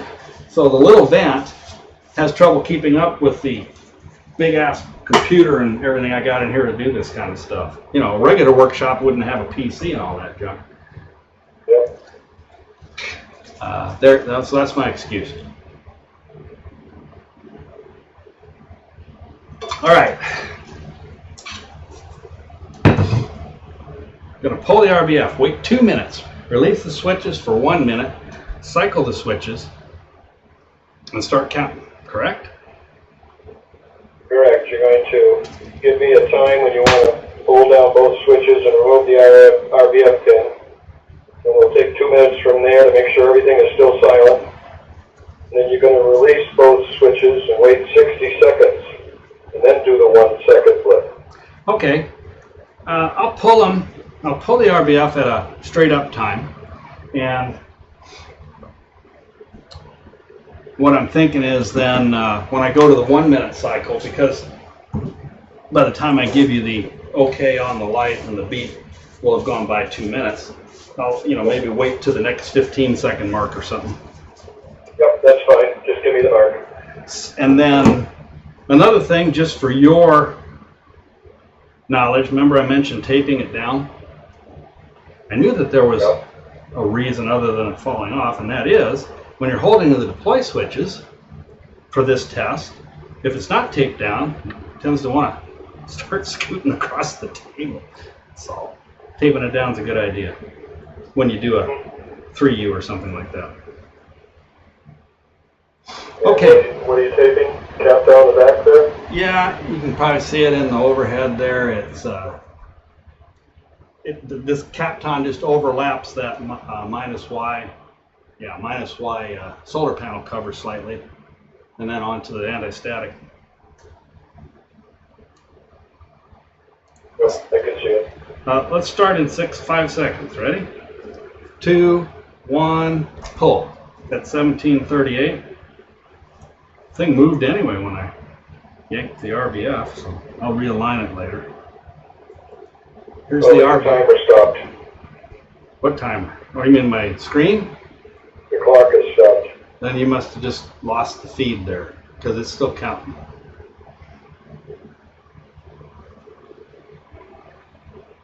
Maybe it is having trouble keeping up with GTM and everything. 1738. It's stuck right at 0 on your screen? Okay, there it goes. Now it's going. Think about it. You just time traveled. Yep. Okay, so you're going to wait till 1740.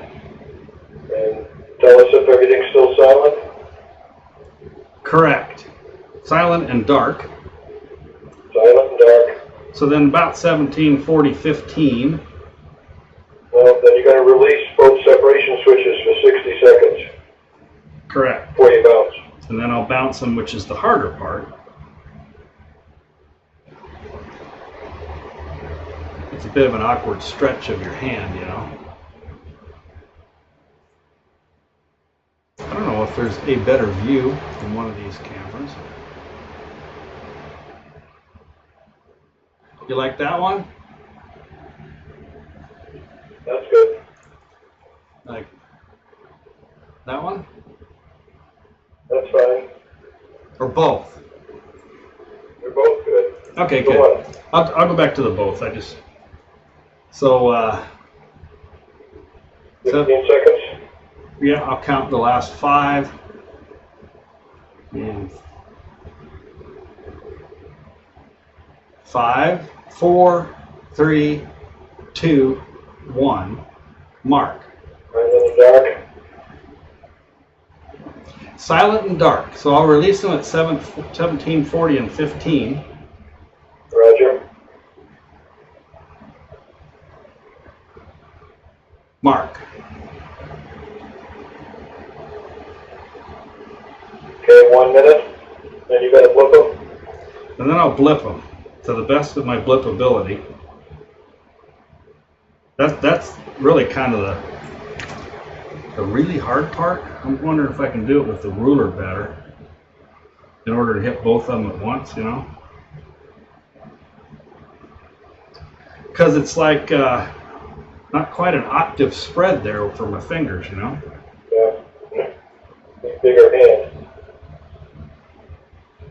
So I'll blip them with the ruler. I mean, it's kind of subjective anyway. Yep. I'm going to blip it at 14.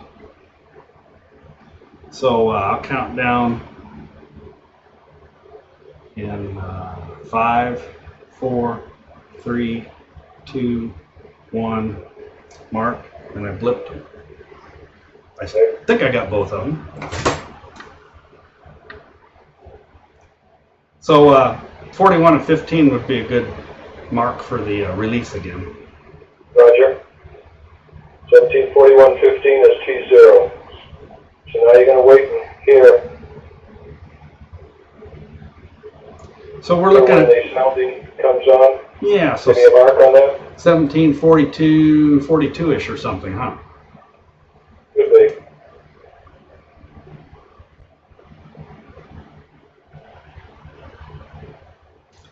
Remind me to move my knees too when we get close to deploy time. I don't want to be... Oh, that's a neat scar. Where'd you get it? Fox 1E.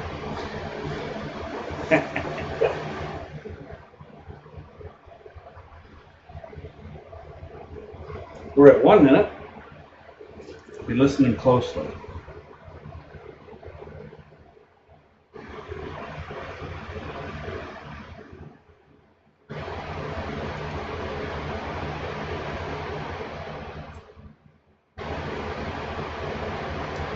Mark. Now, 34 and a half. Sorry, Okay. I said the first mark when I heard the first relay. I forgot there's 2. So 17, 42, 34 and a half. Okay. You can mark it 34, close enough for government work, huh?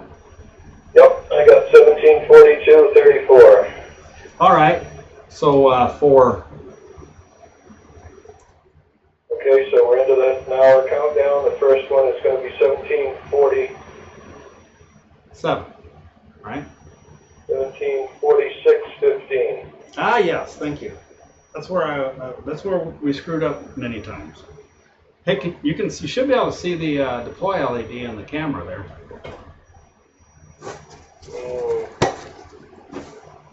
Oh yeah. Yep, can. Good. Actually, maybe I'll leave that off. I don't know if I need it. It might help keep it a little cooler in here too. I can turn it on before they pop, I guess, if you help remind me. Did you ever see the playback of the, I think it was 1B, right? DITL, the one that we smoked the deploy transistor? No, I don't remember seeing the playback. I remember the smoking. Look at my YouTube video, The Good and the Bad with AO91, I think it's called. And what I did was I looked back, and I had never seen it before, but I excerpted the part where the antenna's deployed, and then I slowed it down to 1/8, and at that speed you could see just a little puff of smoke come out of the thing, which, you know, I guess nobody actually had ever seen before. Bryce Thalmy called it to my attention after he saw that particular video and said, "Hey, you guys let the smoke out." And it's true. Sure did. So that's a... Okay, for your information, I just did the calculation. The separation time that we just got was 79 seconds. That's good. Compared to last time we did it, it was 81 seconds. Excellent. Yep. Very consistent. Yeah, it would have been interesting if I had happened to notice what the temperature was in here last time to see if that might have been a factor. Could be. So, who knows, on orbit it might, I don't know, well, I'm going to guess if it was anything it was cooler. So if cooler is longer, on orbit it might actually take a little longer. Yep. Longer is okay.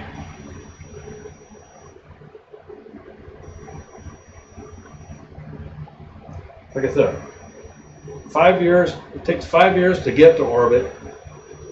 50 more minutes ain't nothing.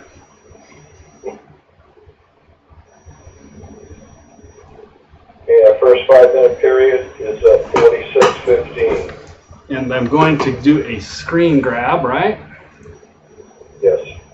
And anything, no pictures or nothing. I'll confirm that it's still beeping and not deployed when we get there. 3, 2, 1, mark. And still flashing, still beeping, no deploy. And no transmission. Right. Okay, so 5 more minutes, we're going to start the recording too. Okay. I'm going to save this real quick as 5 minutes. How's that? The recording. You know what? I can start recording of the video off the desktop. You can see my desktop, right? Yes. So I was hovering over the start recording here, going, why won't it work? Because that's the paint shot of what we're doing. I was trying to start the still shot.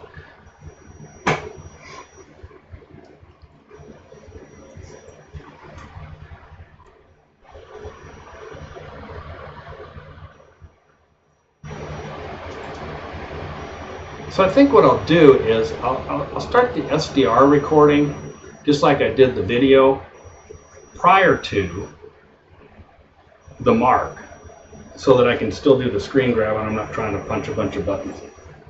Good idea. And I forgot about the poor GoPro here, but it looks like it's still got good battery, so I'll start it recording shortly as well. Do you recall if Bob said he was going to make a pin flag, or I can't remember if I sent him a flag or not. I need to check up on that. I don't know.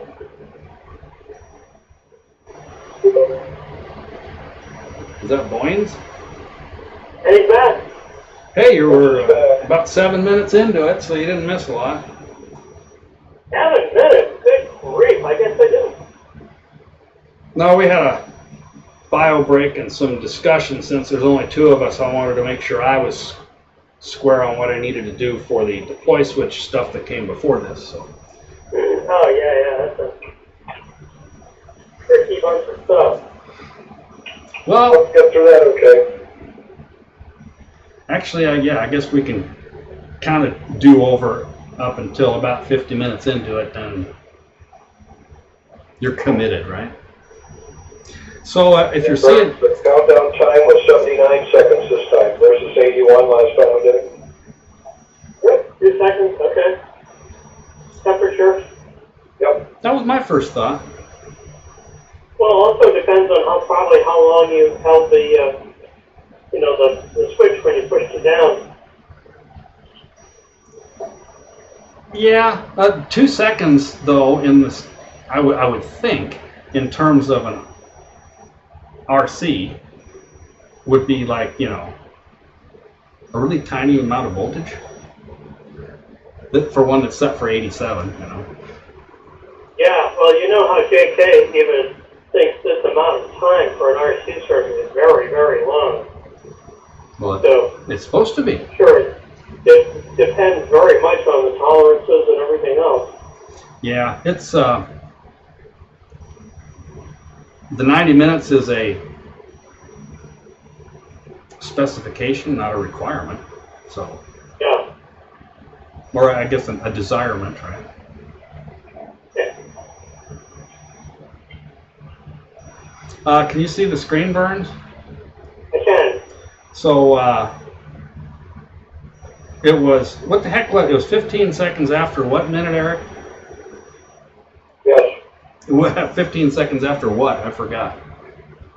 51:15 is 10 minutes. Okay. So I'm going to start the recordings here. The SDR is recording, and the GoPro is recording. And of course the OBS is recording, so all of the web camera inputs and everything are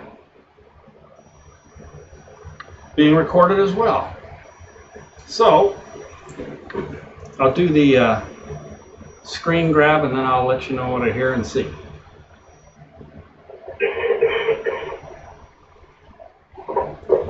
In 5, 4, 3, 2, 1, mark.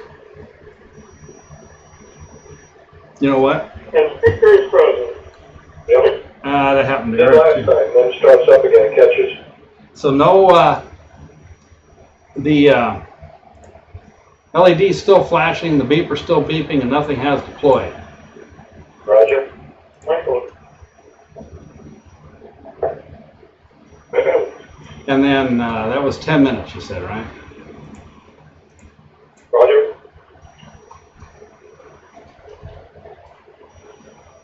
Can't remember what I called the last one, whether I called it minutes or min.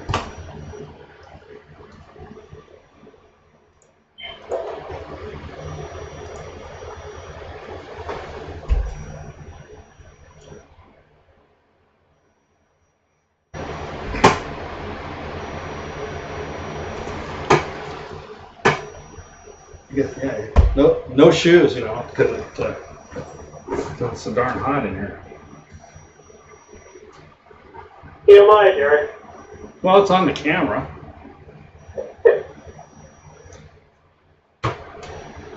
TMP then.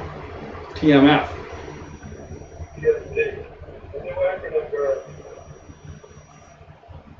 TMV? Too much video. Oh, yeah. And I was too much pictures. Okay. Can you hear the beeping?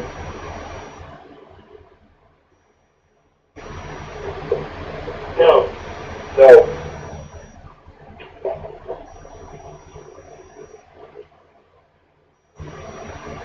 It's interesting that you can hear the air conditioner while you're talking, Jerry, but then as soon as you stop talking, there's some sort of a noise filter on this thing that brings it way down. I think my phone, it's a speaker phone, so it's got a noise gate built in, I imagine. Yeah, works very well. And I use a noise gate on the Twitch as well. Yeah, you're saying that.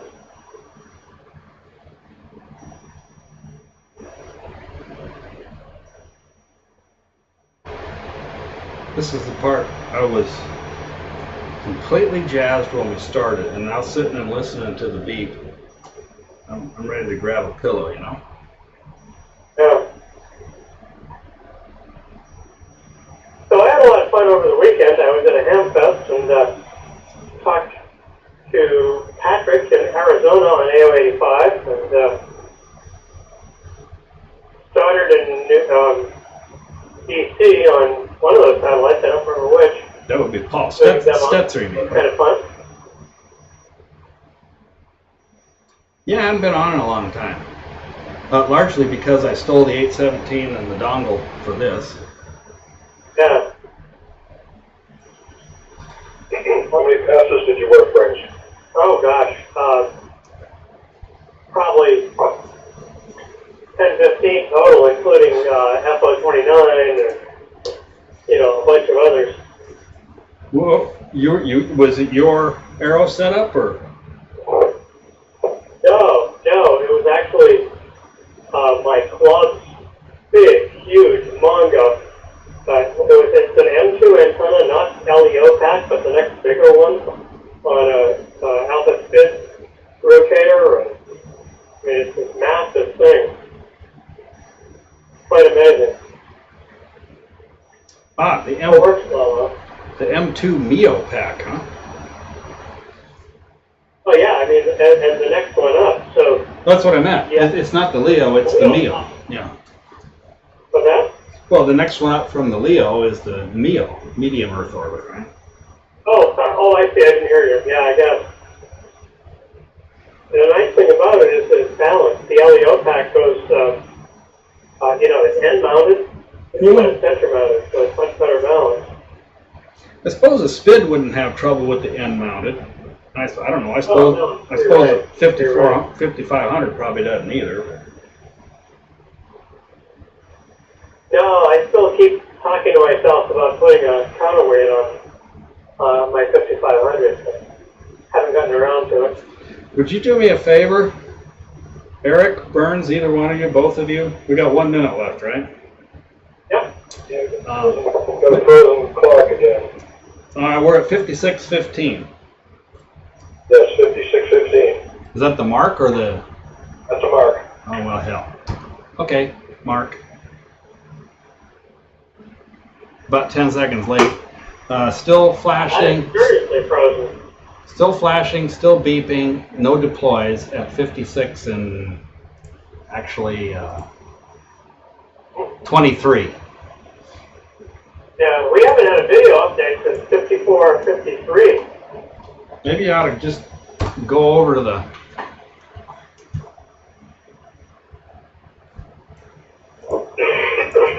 Twitch for a while. Then it looks like it's still streaming just fine. That's why it's like, Yeah, it's updated now. like I said, my internet is not real good. Only 2 or 3 seconds behind now. Forgot what I was gonna say. Then 2 seconds. Note to somebody, both of you. Somebody make a note to Bob. Good Bob. About the Camp on tape? No, about well, you could do that too. But the foil tape. In previous iterations, the uncovered ends of the foil tape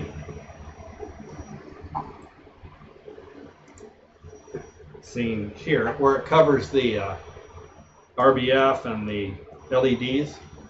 Same on the opposite side. He left the backing on it. This does not have the backing.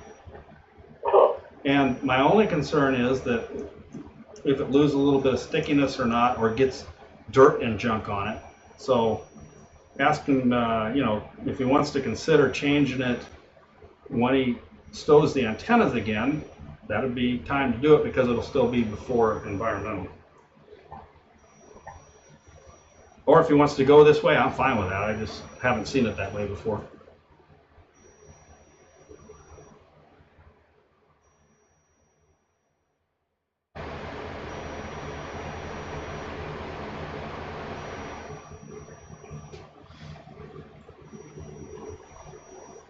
So then, I lost track of those minutes. So it'll be the next one is at 18:01 Thanks. And then that'll be 20 minutes. 20 minutes, and we can stop the recordings. Correct. Okay.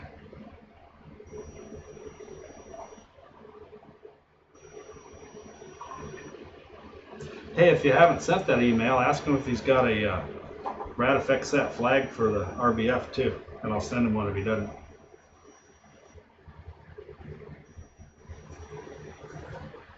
Okay. I do it, but typing with gloves sucks. What can I say? It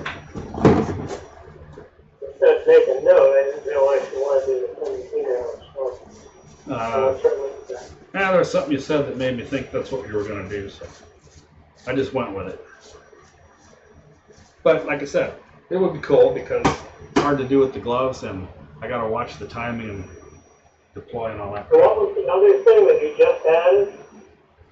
Kapton tape, foil tape, and does he have a RadFxSat flag logo for the RBF? Okay.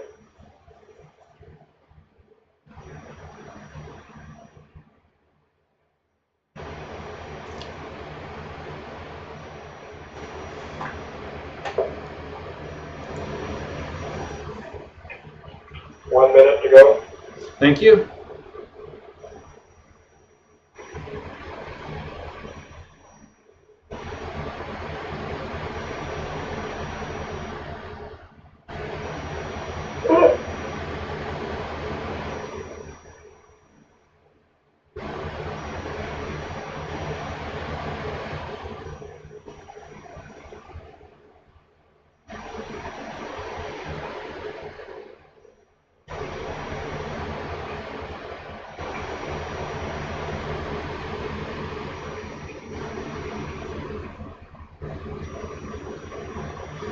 I think I know what the answer will be. 15 seconds on the foil tape, but Okay. Send. 3, 4, 3, 2, 1, mark. So at 20 minutes, LED, deploy LED is still flashing, beeper still beeping, nothing has deployed, and I see nothing on the SDR waterfall. So I'm going to stop the SDR waterfall recording and stop the GoPro. And you know what? I think I'll just, yeah, I'm going to stop the OBS recording as well because we got like 30 more minutes before we care, huh? Right. So I'm going to do a spot check. Are there any spots on it? I'm looking, no, the dog. Here's Spot. I'm going to fire up the HT and sort of try to get it as far away from the dongle as I can. And I can see that the dongle hears very nicely, so Ooh, what just happened? that was me keying the HT to make sure that the FunCube dongle is receiving. Okay, good. It is.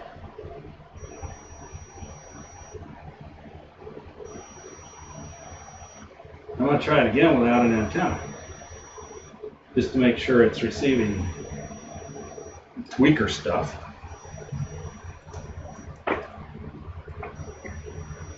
Yep.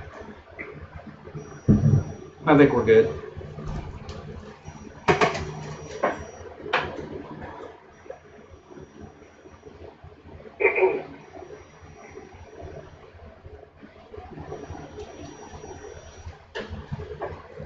And this is N0J1. Or ID. Yeah, I love that part. So if I don't say that, then I'm not actually IDing, right? Yeah, well, I mean, you complained to me when I did once, so I thought I'd just make sure you remembered. You mean I complained that you didn't say for ID? That's right. Ah, that was me being sarcastic. Because you don't have to, right? Would I be sarcastic? No. Oh, you never. Oh, never.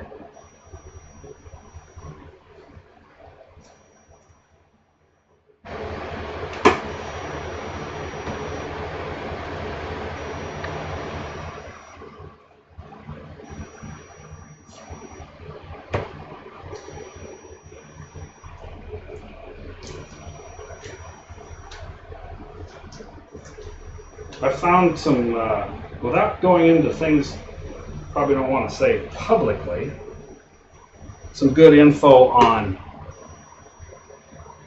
deorbit devices at CDW. Oh, good. I got to pass that along to Bob.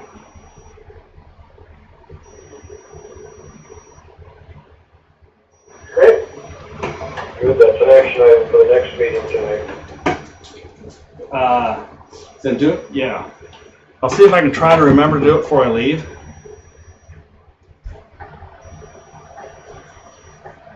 I'm leaving Sunday if you didn't remember. And then I'll be back a week from Sunday after Dayton. Yeah. Hey, so that's a plug we should put in to our listeners to stop by the AMSAT booth at convention, which is a week from Friday, Saturday, and Sunday. Lots of good stuff. Jerry and I will be there, among others, and hopefully interesting displays of an actual live store where you can look for shirts, you can renew or add your membership, all kinds of good stuff like that. And that's the 18th, 19th, and 20th of May in Xenia, Ohio. 0615 is the next mark, right, Eric? 6:15. Roger.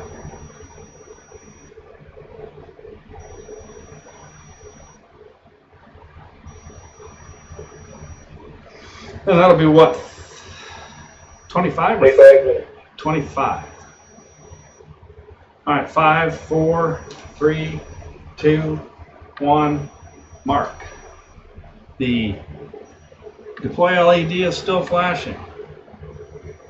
The deploy beeper is still beeping.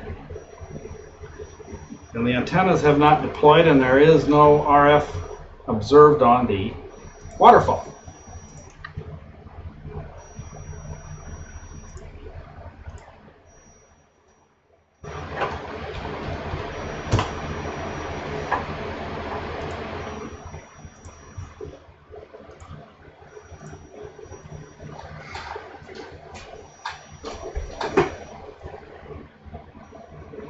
When I built my latest new PC, Zelena, a couple years ago, so Chloe is the one in Fox Labs now. And it turned out the motherboard that I had for Zelena had a defect in the USB 3. So I had to RMA it, but they said, you know, it could be like a month. And I went, I can't wait a month, so I bought another one. And so now Chloe has an upgrade to a better motherboard, and it's got an i5 processor, so she's good for, and the upgraded video card now, so she's good for doing all this stuff forever, so to speak. Well, here's an interesting thing that Eric is probably more interested in than you are. But David Price, his tingling in the fingers problem is, quote, only carpal tunnel. Doesn't sound like an only to me, but they're happy.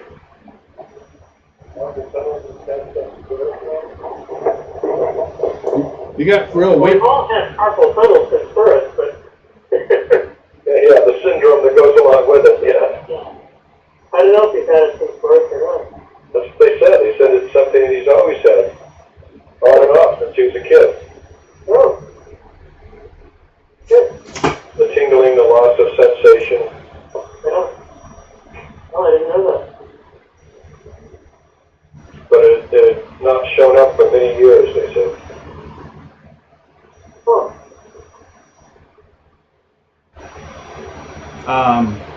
Who? David Price, pitcher for the Red Sox. Oh. Good, because I'm going, all right, who's David Price? I obviously ought to know who he is, and I didn't. I don't feel so bad now. You follow the Rangers any, Jared? No, well, a wee bit. I mean, I watched a bit of the game the other night, but that's about it.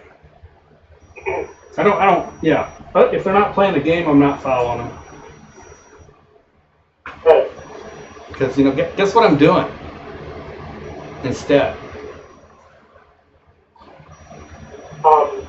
Gee, working on satellite? I'll give you a hint.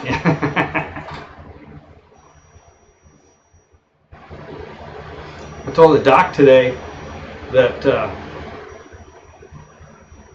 I was working about 60, sometimes maybe even 80 hours a week, and you know, on this volunteer stuff I volunteer on, and she just looked at me and her eyes got real big, and she didn't say anything else.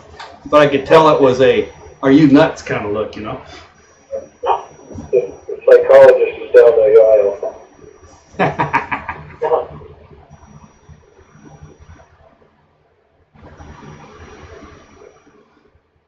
Oh, my wife always told me she couldn't tell when I retired.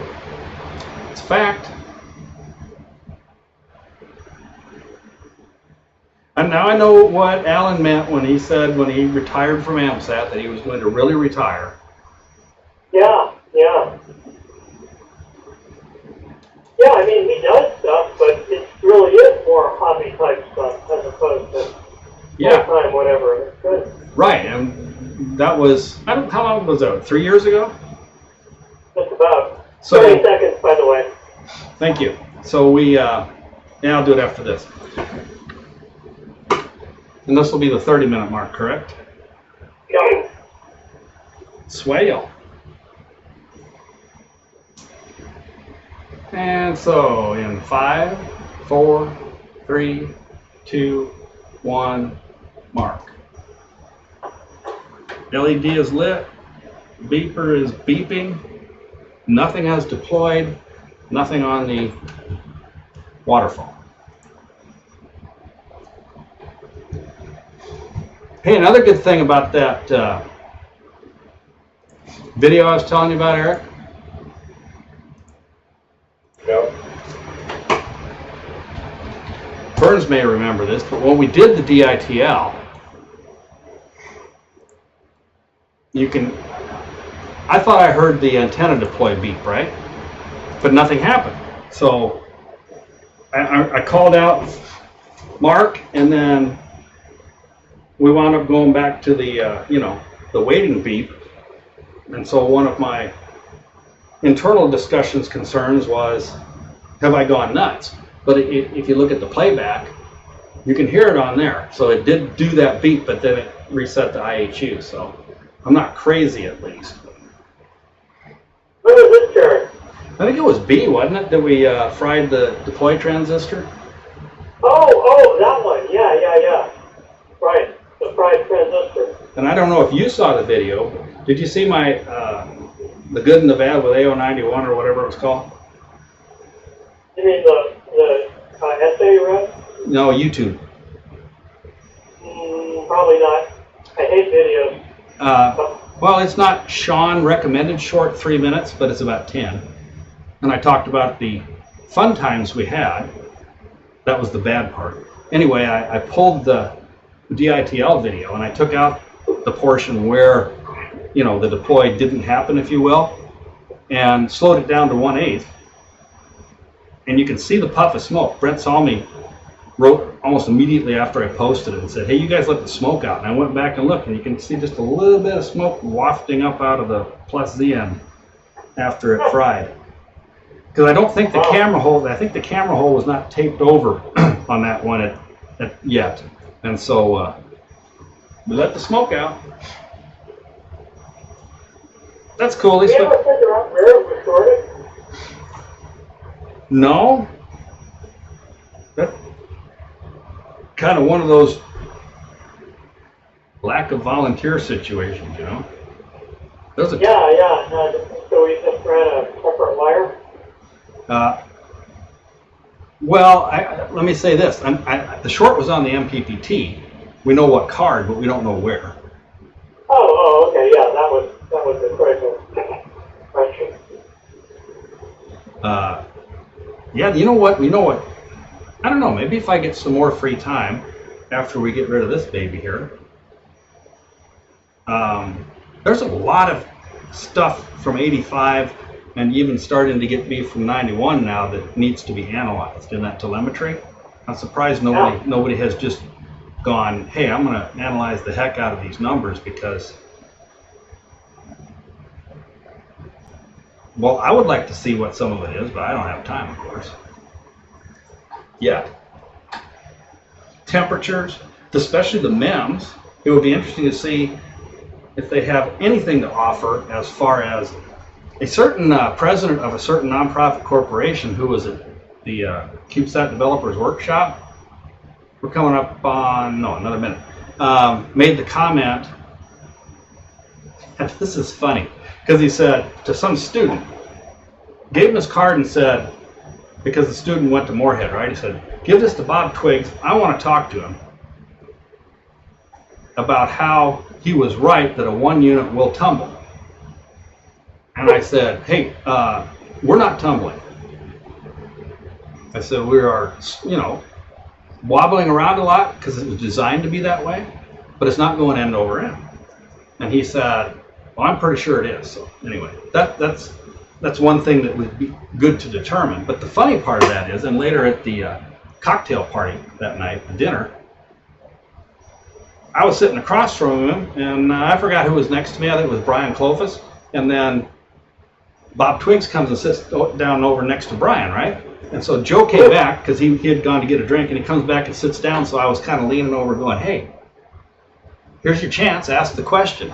And he looked at Bob and he looked at me and he says, what are you talking about? And I was at your question, the tumbling, and I kept pointing. And he didn't even recognize Bob.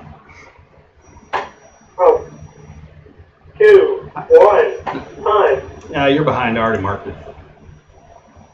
But that's cool. 18, 16, and 15.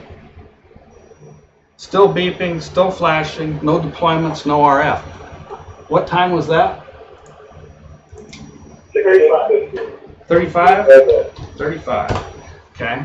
In another 10 minutes, then we'll start the video. So yeah, we probably ought to have shorter conversations. It was funny though, because he was such a desire to see Bob face to face and ask him about that, and then he didn't even recognize him. I got a good laugh. But first I had to lean over to Brian and say, that is Bob Twiggs, isn't it? Because I thought, well, maybe I'm nuts, right?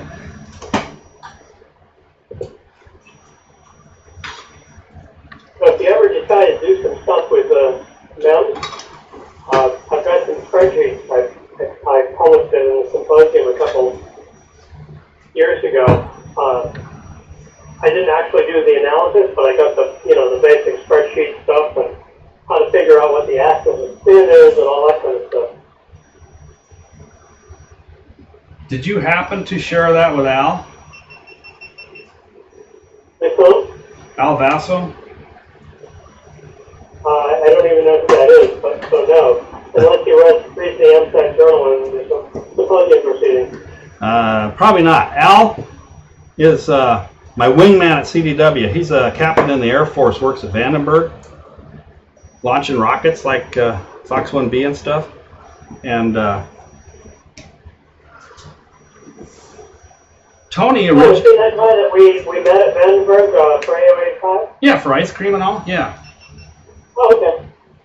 So anyway, yeah, Tony hired him at Dayton some years back because he does analysis, right? To analyze some things. And so I handed over, I said, Al, you want to take a look at this? And I told him both Joe and E-Mike had been gathering information and looking at things and had theories and thoughts. And I said, I'll put you in touch with him, which I did, although I'm not sure they ever got in touch with him because he said he hasn't done anything because nobody's talked to him.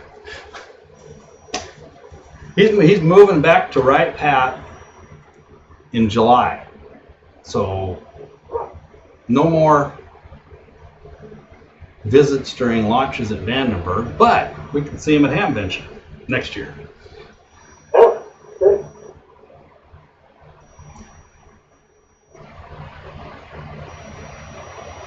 He's a cool guy. Yeah, Joe enjoyed meeting him, and He has a ton of fun being at CDW and being involved in what we do. That's cool.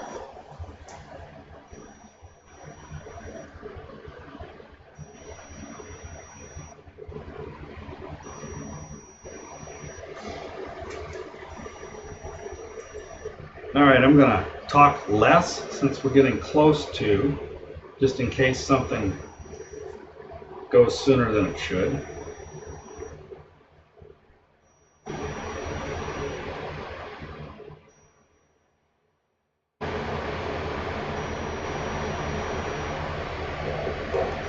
Looks like we got 7 viewers. Are you guys watching?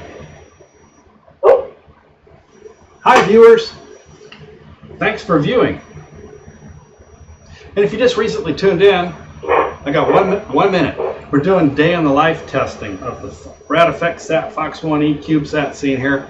The day in the life test is part of the launch qualification to demonstrate to the launch provider that after they pop us out into space off the rocket, we don't deploy any antennas or solar panels or what have you, nor transmit any RF for a predefined period after we are deployed. And I can't say that specifically here because it's proprietary information. So all of the satellites have a 50-minute timer built into them, which is much greater than any of the requirements. In order to meet the DITL for the launch provider, we really only need to run it for, say, 20 minutes to prove that we didn't deploy in the time. Oh, thanks. Hey. 3, 2, 1. Mark. Got it. Let me save that before I forget. Time flies when you're talking. And that was 35 or 40, I forgot already. 40. Thank you. So anyway, back to that. What we do is we do run it up until the point that we actually do deploy the antennas and start transmitting to them so that we know that it performs the way we need it to when it's deployed as well. And that's what you're watching. So we're 40 minutes into the deploy timer countdown. It's expected that at about 50 minutes, although it will be somewhere thereafter, we will deploy the antennas, and then approximately 2 minutes after that, we will begin transmitting and capture that on the SDR. So that's what you're watching. This is what we do. One of the tests we do. it's really hour in the life, not day in the life, but oh well. Yeah. I got so used to saying it though that DITL is just like, like one of Eric's acronyms. I expect everybody knows it, even my mom, right? If you complain enough about it, I guess she probably does. Well, it's never not full of surprises, at least the first go around. I don't even remember if 1A went in 1.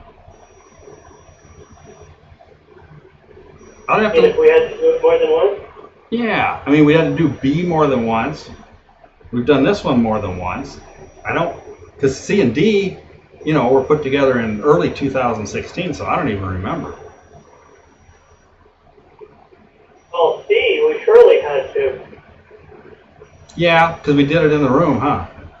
replace the software. So at least 3. I wouldn't be surprised if it turns out to be 5 out of 5. Yeah, I don't remember A. It's funny if A was the one that actually we had the least trouble with. Well, with the flight model, yes. The engineering model was a mess when it got first assembled. There are reasons for that we learned from, right? So. At 26:15, you're going to start the recording, SDR video. Okay, thank you. I put a new battery in the GoPro. I took the charger away from the spare battery doohickey, but I'm not going to need to charge it before we're done.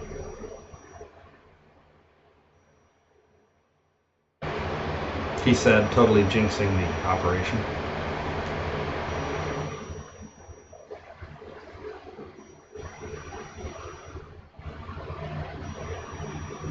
So as we approach this, it's sort of like the Mars landing, the how many ever minutes of terror? Yeah, it's like what, you know, so many years of, or whatever, months of boredom followed by 20 minutes of terror or something like that, right? Yeah, 20 minutes, I guess that's it. Yeah. I don't know, it's a short time though. And that's the same thing. I mean, we look at about 1 hour of terror after it's deployed. Yep. Waiting for somebody to see a signal. 1 minute. So you know the CubeSat's going to Mars, right? To actually report back those 20 minutes of terror in the telemetry. Yeah. That was, I didn't get to see any of the presentations at CDW, actually, just the opening one more or less. And they do stream them, and then they're available afterward for viewing. Joe went to a couple. I was too busy, which is fine with me, because should have, you know, I built up the reputation over a couple years there, right? And now agencies and corporations, I'll just say, are referring people to us, and people are coming directly to us because they know that we know something. So it was lovely from that perspective. Standing by. I'll do the mark, then I'll start recording. 10 seconds. 5, 4, 3, 2, 1, mark. At 18, 26, and 15, that's the 40-minute mark, correct? 45 minutes. Wow. Good thing you guys are here, see? All right, and I'm going to start the SDR.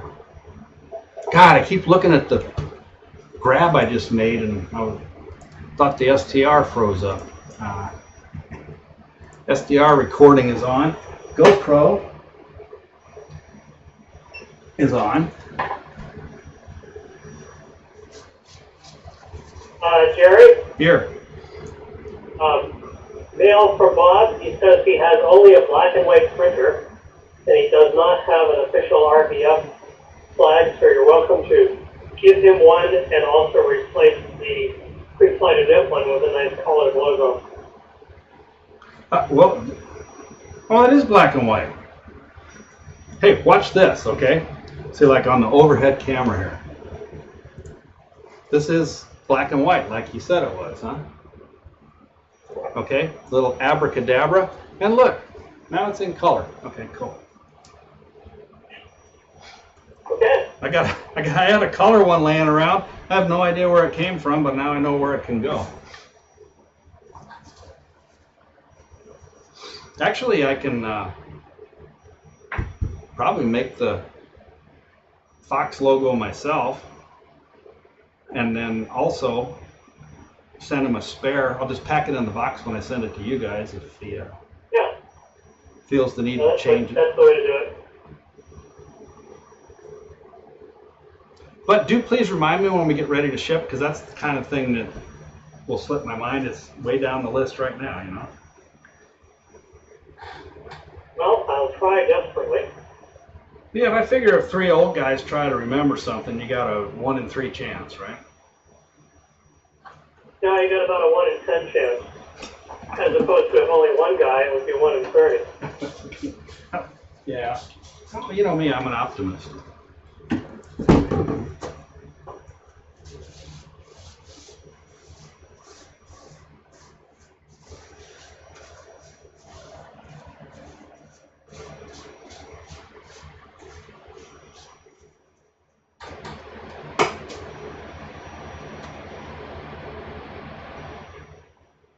So we're coming up on the 50 at the next mark, right?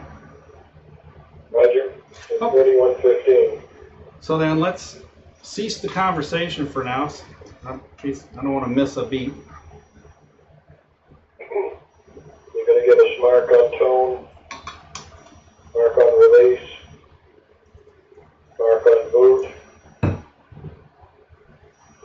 And even if the clock is lagging at your place, so to speak, let me get this on the wide camera now, it'll be recorded in real time with the video here. So if I can't say the number because I fumble it, it'll be on video. Okay. You could probably just say the seconds. Right. Fine. Seconds are fine. Yeah, I can do that. As long as it doesn't happen at 59. Remember that happened once and it got all confused. Yeah.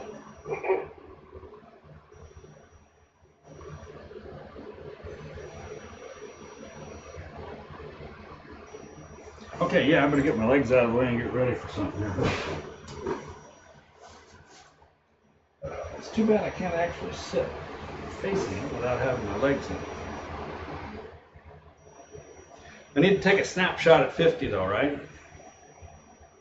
Yes. And then again 55, I guess.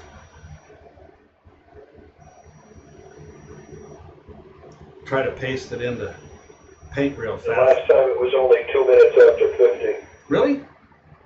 Yep. Cool. So, yeah, I need to be able to, okay, let's cease the conversation. I'll do the mark and try to paste it real fast and then listen.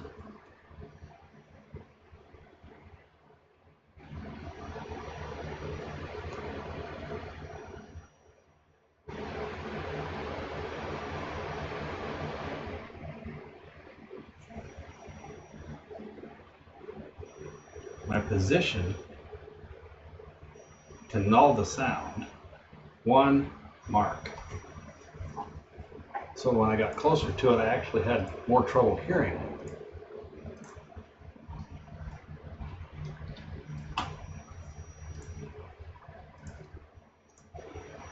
If I'm here, it's getting multipathed and nulled out. Let me know if your screen freezes, because I'm counting on you to know what minute it is.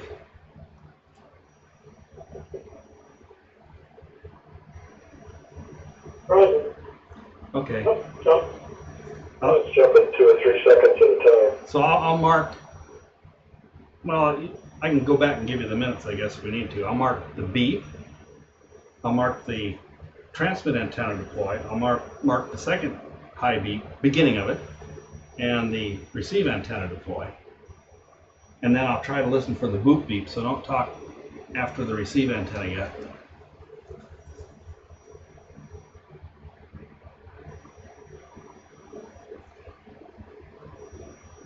Actually, they'll go in an opposite way too, because the transmit is now the shorty.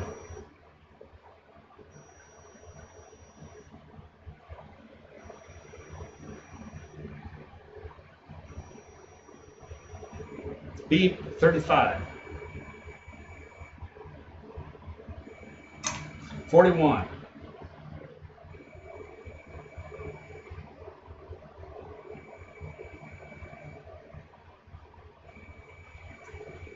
51.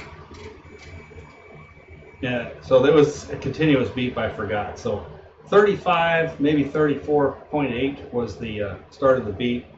And what I say, 41 was the transmit. Roger. And hell, I forgot the last 51 receive. Listening for the boot. There's the boot at 15, perhaps 14. No, it was 15. It was a good 15. So, did you see that? You see that on the screen there? Yep. I don't like that, guys.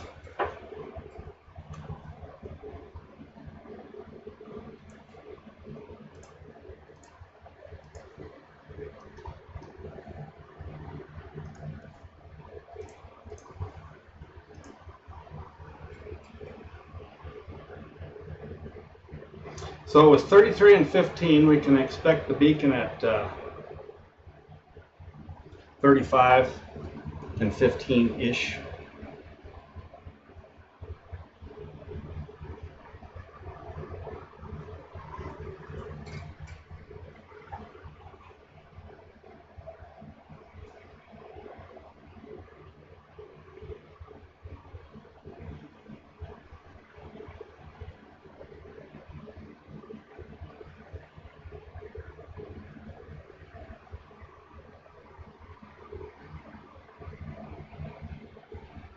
God, that does happen fast, doesn't it?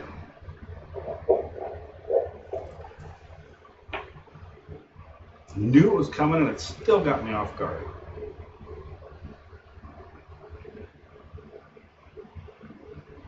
Yeah, so that was only 51 minutes. Not 52. It's the temperature.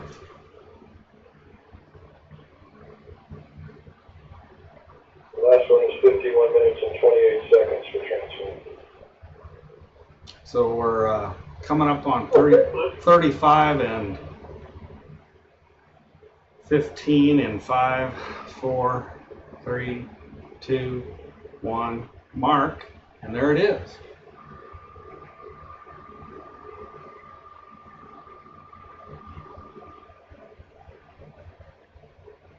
At about, it actually keyed up at 35:14. I think you can see it there. Yep.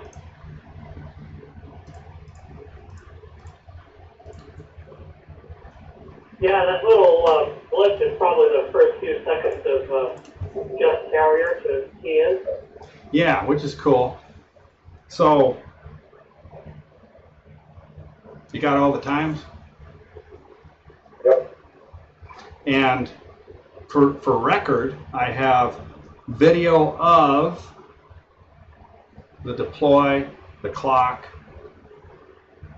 all the camera angles, the satellite, and in addition, we're recording the SDR. So we got everything covered as far as recordables, right? Yes. Okay, so then I'm going to unscrew the antenna from the dongle. The test is over, right? But Test is over. I'm going to watch the next beacon with no antenna because it is obviously so strong. I used the antenna because on one of the previous DITL runs, the dongle didn't have an antenna. The RF or LNA or whatever gain wasn't high enough, and it didn't even see the signal. So I'd rather see a really white signal than none at all,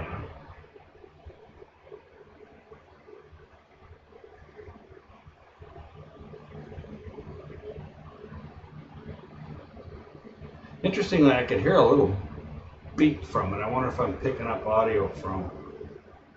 There it comes. See, I can hear that. I don't know why. Here it comes. Yeah, you're just. I'm zoomed out. This looks BPSK spectrum. I'm going to stop it. You'd say it's good looking? Yeah, you got center carrier and two nodes. I'm going to stop the SDR recording because I'm going to change the bandwidth to 19.2 to see a better spread on those images, so to speak. I mean, the transmit antenna is 2 feet from the dongle, so I expect to see a very strong signal even without an antenna. What the heck is that? Those are the edges of the bandwidth. The SDR software does that. This is just noise, image, and stuff of the center. If you ever widen yours out beyond, I mean, the FunCube dongle is supposed to be not, 192,000, but it's really not quite. So when you make the screen 192, I mean, that's all the SDR sees is out to those. Oh, I see. I was going to stand it up, but I forgot it's taped down, so I'll wait on that. I just want to see another spectrum of the beacon, like I said, with wider and record it just.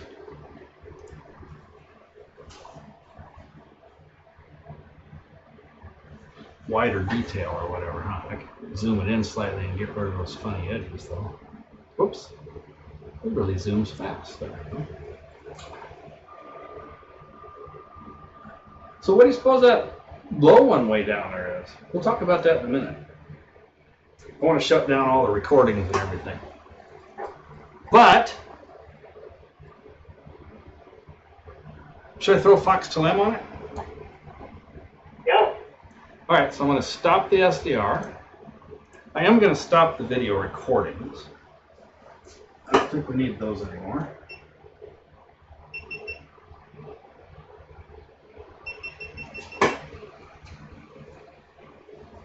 That little baby gets hot.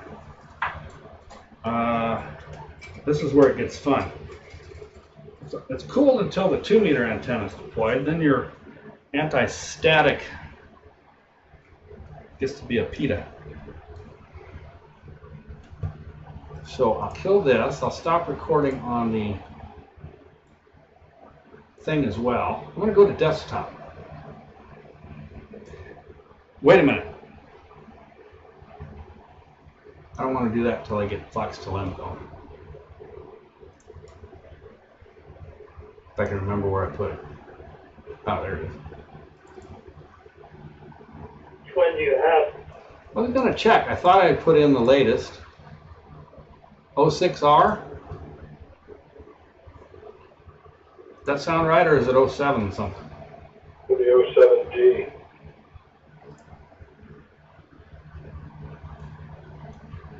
I probably have a leftover. They all want to install in their own directory. So I don't always remember to create a shortcut for the latest one, you know what I mean? Yes. This must be it. Yeah, 107D. So FunCube dongle, PSK, and I guess we'll, shoot, I covered my clock. Did we just miss a beacon, or is it still to come? You just missed one. Just missed it. Okay. That was a good DITL. Yeah, the first one was too. Well, yeah. Well, you know, I mean, you can pick nits because part of the DITL is observing the beacon, and when we observed that beacon, it wasn't good. So does the DITL still pass? Yeah. Whatever. It is good, and the aftermath is good, and I guess that's the point, right? Yeah. I wonder what those lumps are in the spectrum. You talking about left and right side? Yeah, you think is that still the Wixing model? That's the same bumps you saw in HDSDR. So what are we looking at? 43 and is the minute of the beacon? Yeah, 43:15, something like that.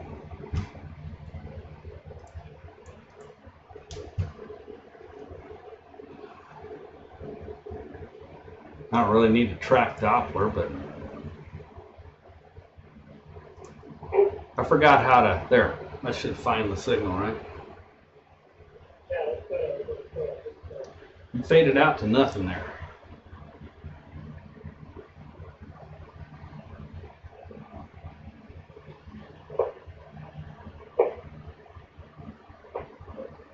So it should be coming up.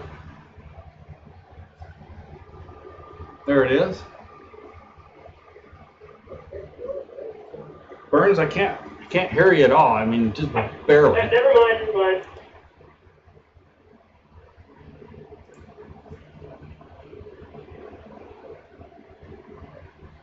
Yeah, I didn't get it. I keep sliding you first about it not locking on quickly with his beacon. And he keeps thinking I've got the gain up too high. But I don't think that's the problem. I'm gonna stop. Fuck. Oh, I don't care. And I'm gonna dump the previous payloads. You see any reason to keep what we did before? Yeah.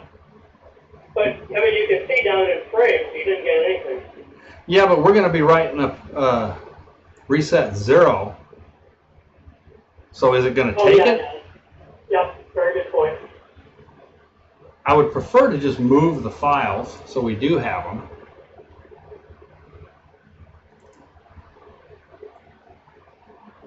You remember, Can you tell me what to look for?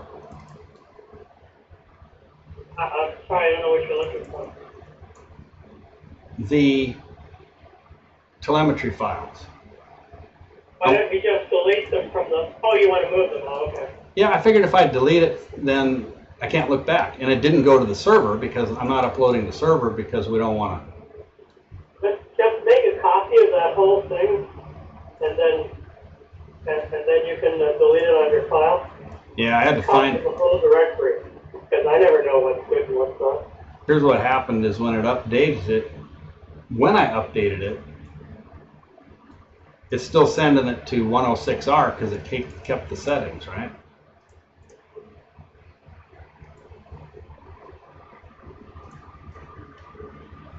All right, so I got a copy of the directory they were in. I didn't want to do that. Spaz.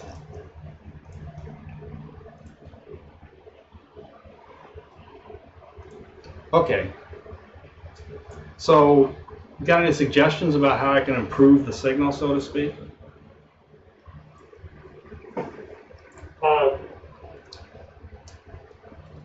You could try the mixer gain, but I don't think that's the problem. I think it's just not tuning it in quite right. So you're suggesting upping the mixer gain, is that correct? Mixer gain is right now unchecked. Correct. Just checking it now. So go ahead and add it. Yeah. Okay. Keep an eye on it. I'm going to take some pictures of the antennas for Bob's record that that we didn't release anything into space, right? So the fishing line is still there. Because for those of you at home, you cannot release debris into orbit without accounting for it not going to run into somebody or something. So when the fishing line burns, not the guy on the phone, but it still stays tied to the tips of the antennas and to the nub of the burn resistor, if you will, so we don't let it fly off into space. Good.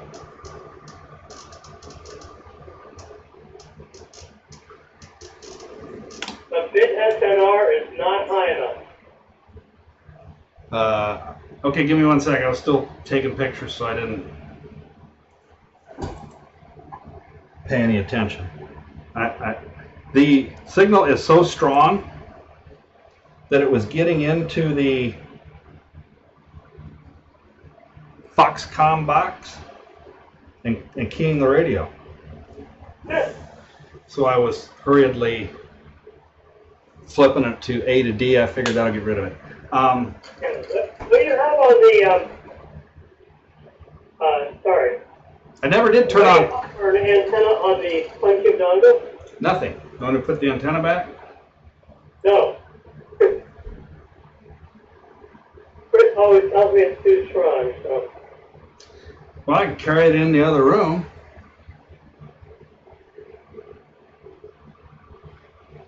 I'm not sure I believe it. Well, look, let's go ahead and kick the LNA into it, and then we've eliminated that it's too weak. How's that?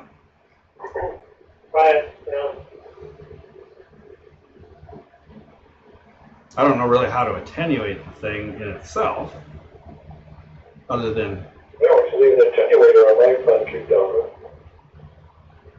No, I mean the It really doesn't have anything at all. the transmitter. That noise floor is really good. I mean, I don't think you've got too much pain on it.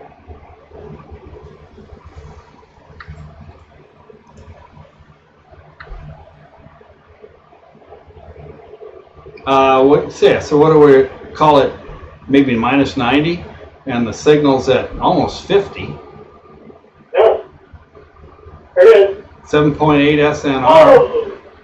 Yeah. Huh? Hey, we Coding now. got 5 Hey, you got payloads. a free on that one. All right. Min-max. So no real time yet, right? Yeah, it's probably the previous one. And we're only getting 1 frame each now because we're still in short mode. That's cool. We can wait. Took us 5 years to get here. We can wait 2 minutes for the next the next beacon. Well, if you look at the min and max, it's going to be somewhere in the middle. For real time. Yeah, here's an interesting thought then. When you do pre-flight and it resets min, max, and everything, Yep. you're still running on umbilical until you turn it off. So is that max A plus B plus C 4.16? Sure sounds like it's plugged in, or could that have been the battery voltage when it it lit up? You know? No. When you're, I see. When you go into boot on this one, it's going to be doing min and max. So when I do pre-flight while it's still powered, is it taking the voltage there to become the max because it was there and we're still powered, or does all the min-max reset upon the next startup? Oh, I see what you're saying. There comes a beacon.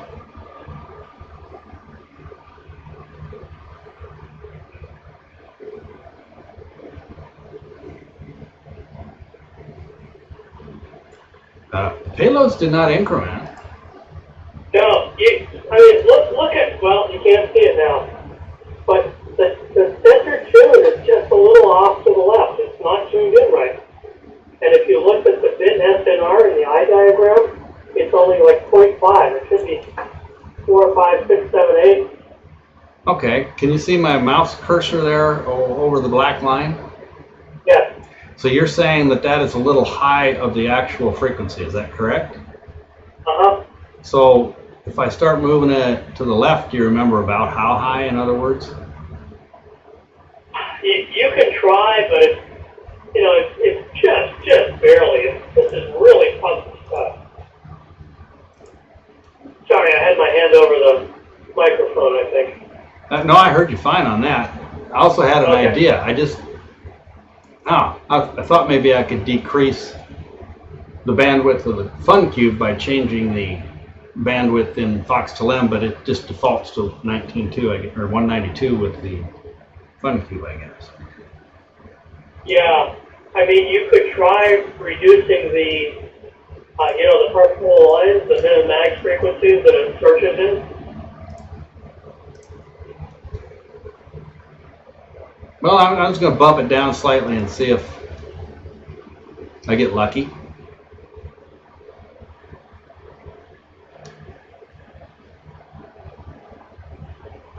It's too bad you can't reduce the whole input bandwidth. But there, that looks a lot closer. Now it looks like it's a little bit off to the right of where I am, huh? Now, okay, you got a bit SNR 2.9. I need to go back to the right just a hair. But you're decoding a little to the left, right? Well, I didn't decode anything. I mean, the modulation is a little to the left of the peak. Yeah, the black line was to the left of the peak, so I just moved it to the right slightly. Okay.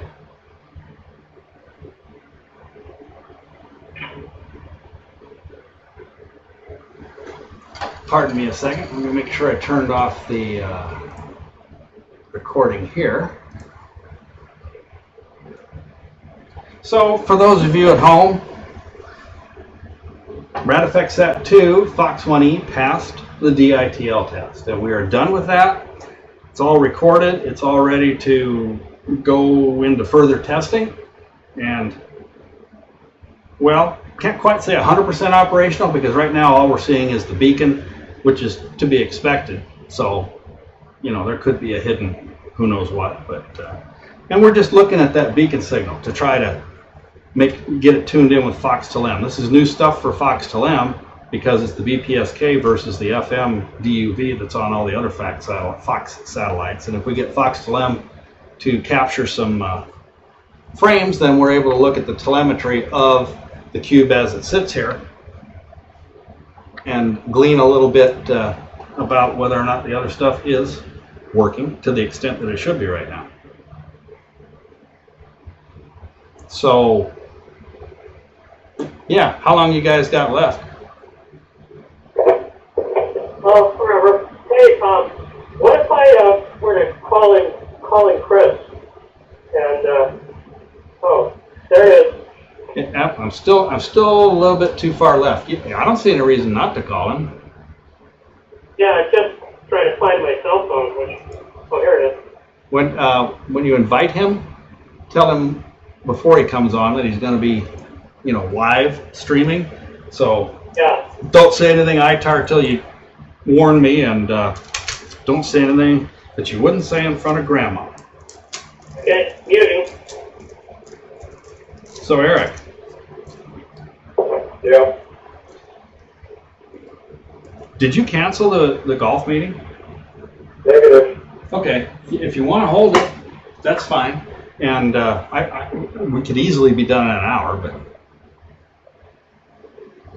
I just wondered so Yeah, we got an hour. that I could think about that. I think that if, I don't know, I've got an hour to play as well. I still got 3 presentations to write, but I got a reasonable start on Princeton last night. What's the Princeton thing? They asked me to come and talk about the experience of building CubeSats. And so that's what I'm going to do Monday, and then I'll hang around Washington for a day, and then Thursday head over to Dayton. The day of hanging around in Washington was going to be the MRR for this thing in Chantilly, but since we're in public, I'll just say when everything changed, I kind of had a hole in things because I had a plane ticket to Newark, train ticket to Washington, plane ticket to Dayton. So I told Sarah there's no point in coming home for 24 hours. I'll just go visit Carl and Joseph. We're getting a beacon. You know, every time I move it, it's like the hump moves to the right the same amount because I haven't been able to land it on it. You know what I'm saying? Yeah. And that doesn't make any My sense. diagram SNR does not look as good. Yeah, it's weird because, okay, you saw where the hump was, you know what, about this far to the right. So if I bump the line over that far, then the next time the peak is still, you know, about that far to the right, so to speak, unless the frequency is drifting of the thing as it warms up or something. Better not be.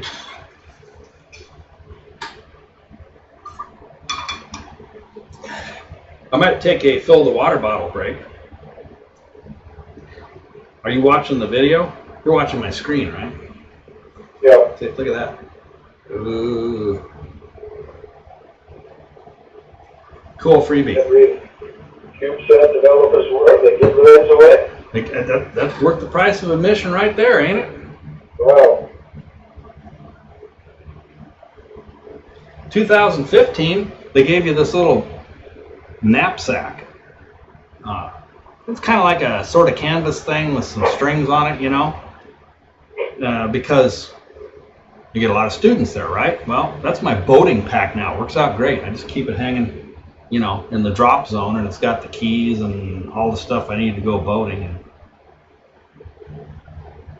grab I and go. watched some of the presentation streaming, and I could have sworn I saw you sleeping in the audience. I was in the front row for anything that I attended, or maybe the second row for, yeah, I was in the front row or the first 2. So did you really see me? Yeah, I wasn't sure it was you. It was pretty sparsely attended today. Well, In the audience. see, it moved over the peak. Well, you know why? Because the black line's moving.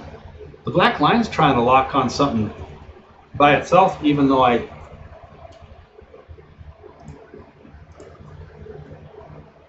Where's the track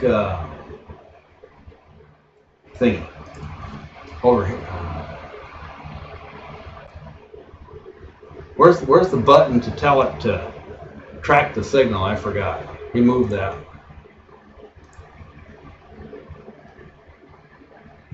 Do you remember? What are you trying to do? Well, you used to have a find signal and then track Doppler setting, right?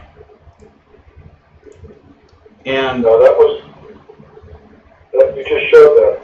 well, this says to track when find signal enabled. So there's a find signal somewhere that isn't where it used to be, or I would remember it.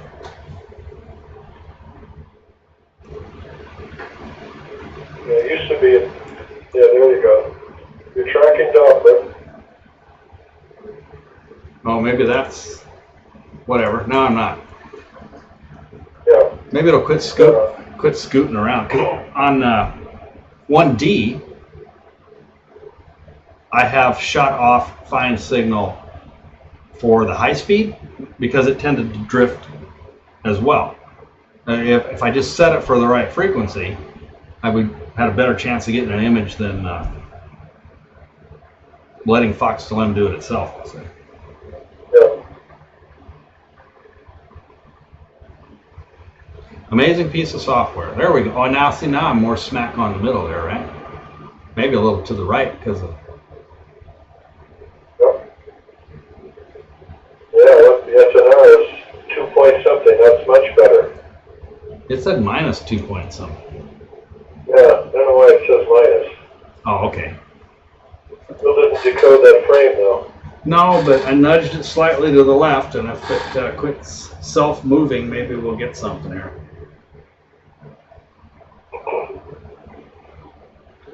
I guess I could just get lazy and attach the umbilical, but you know what?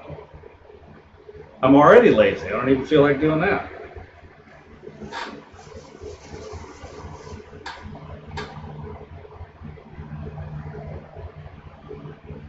So what kind of umbilical connector have you got in mind for golf? Well, right now we've got the legacy cards that still have the mini USB. You're right. Well, but that's not the legacy battery. Yeah, I don't know what Luigi's got in the batteries at all. I mean, with the... I don't think it will be one there. Maybe it would be ITAR ear to discuss this, but I'll just say that the USB on the IHU will not provide the same information that the USB on the battery card does. So You're right. it would be nice to have them both feed, you know, the voltage as well as the other junk out the same hole. Yeah, you're right. We lose all that. I like the USB-B because it's not likely somebody's going to accidentally plug their regular mini USB into it. But the, there we go. Now I'm smack on there. 5, 6 SNR.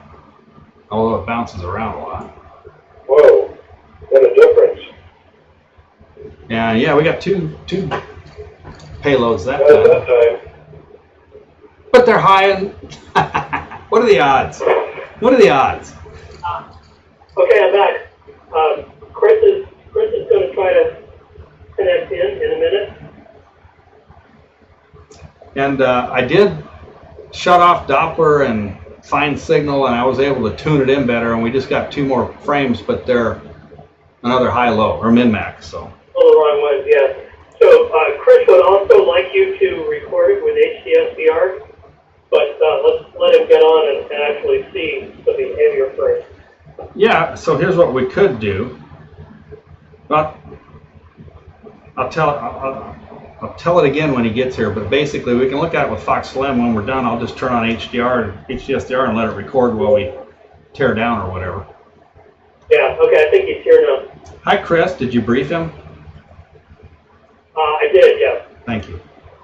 The mic is, there it is. Hey there. Hi. Ladies and gentlemen, Chris Thompson, the author, the man, the author of Fox Dilemma Software has just joined us. G0KLA, and you got a US call too, right? Yeah, AC2CZ. That's it? AC2CZ. So I guess Burns kind of briefed you on what we're doing. Are you watching on the internet? Are you seeing my screen? I am watching on the internet, yes. Yes. All right, so I turned off track Doppler and find signal and manually tuned it. And the last beacon, we got 2 payloads, or 2 frames, however you want to look at it. Yeah, too. So see, I got it centered really well now. All right.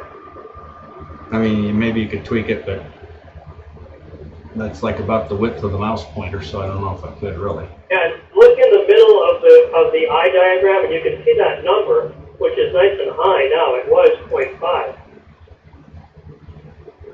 So now we've got cool numbers. Look at that battery voltage. So Jerry, can you turn on those things again and let Chris see how it behaves otherwise? Turn on what things? The things that you discussed, the alpha correction and Yeah. line 6. Give me 1 second. I just wanted to, since we finally got a real time, make sure nothing's Well, those are nice numbers. nothing's wrong while we're doing this, right? We need, for curiosity burns later, we need to talk about that battery max, because if we dropped 0.4 of a volt just doing DITL, we got to talk about that. But you think, you guys have seen them more often than I have. You guys think the numbers all look good? Looks good to me. Sure do. Yeah. Okay, cool. So I'll go back here real quick. I don't know if I can catch the next beacon here, but track Doppler on and track. So one thing I would ask as well is, can you turn off the mixer gain for the using the FCD, right? Right. It's got no antenna on it. It's a good strong signal without either of the gains, but we were just experimenting with them to see if it made a difference. Got it. Yeah. Okay.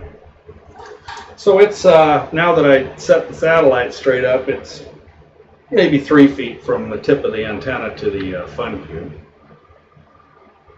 Yeah, that's still kind of fading a bit or something, but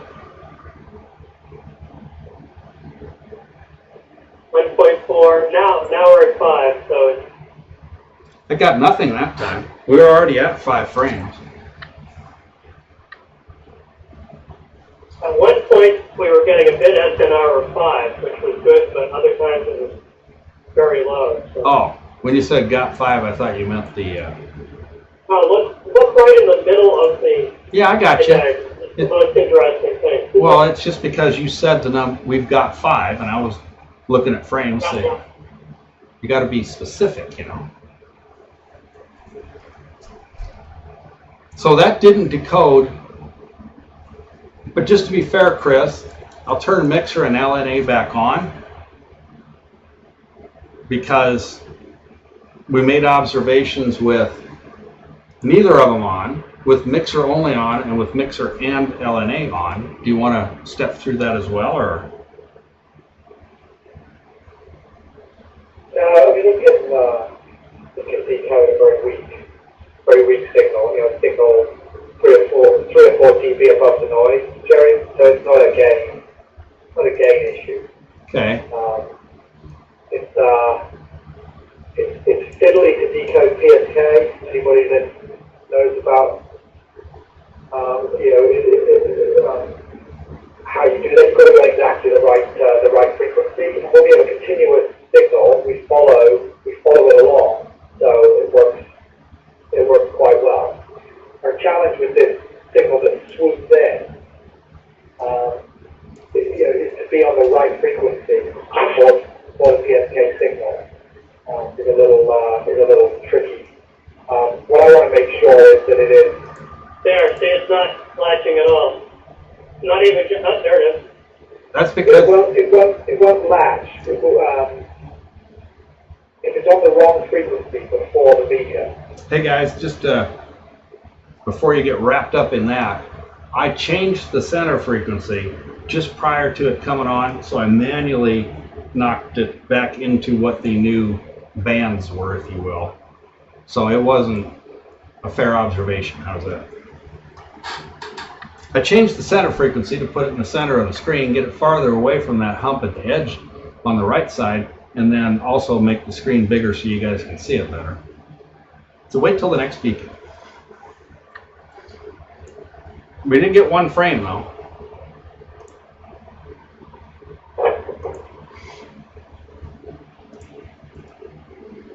Looks like it was the high-low, min-max. I keep saying high-low.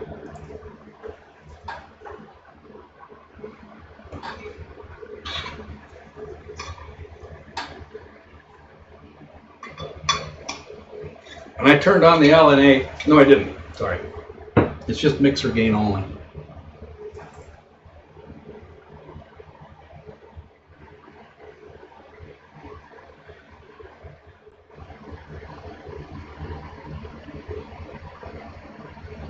See, most Twitch channels, somebody would have been killed about, depending on how good they are, let's say 7 to 50 times by now, because they're gaming, but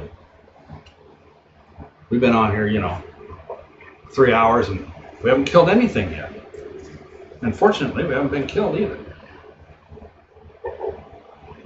3.5 hours we've been streaming. And there's still 6 people watching, or... You're streaming out through Twitch, Jerry? Yeah.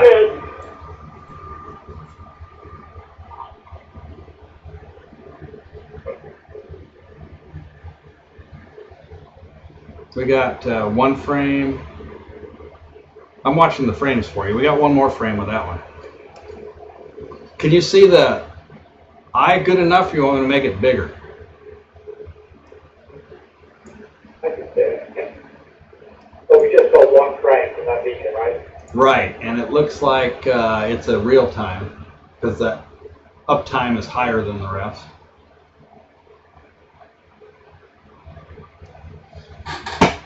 So the request, Jerry, would be if you could record of it, just an HDFDR recording, IQ recording. Yeah. I can use that to debug. No problem. I already got a couple from the DITL test itself, but I can just turn it on to record, and while I shut down here, if you want, clean up and junk, and then send something to you. One question about that, though. I wonder how many frames should we have gotten, Burns? 1 or 2? I was thinking we should only get one since we haven't sent a command. Yeah, I noticed that we got 2 at least once, but maybe that was a misread. But it seems that, we weren't really getting anything before we called you, but changing the center frequency so that it's more toward the center of the display, and like I said, farther away from that 435, 820 bump there, which is actually the limit of the fun cube. Maybe it was just too close to the edge of the fun cube, and the sensitivity was less or something. It could be, if that bump was in the inside the purple band, that would have caused a problem. Look at this one. That was pretty bad. The signal noise ratio. So we didn't get anything on that one. I noticed, Chris, that for what it's worth, the decode line, or the black line, is often either side of the dead center of the carrier there. When I did the manual tuning, I got it to be pretty damn dead center, and that's when it was decoding, and I think that's when I got the 2-frame one. Has also burned, do you remember this conversation we had with Douglas?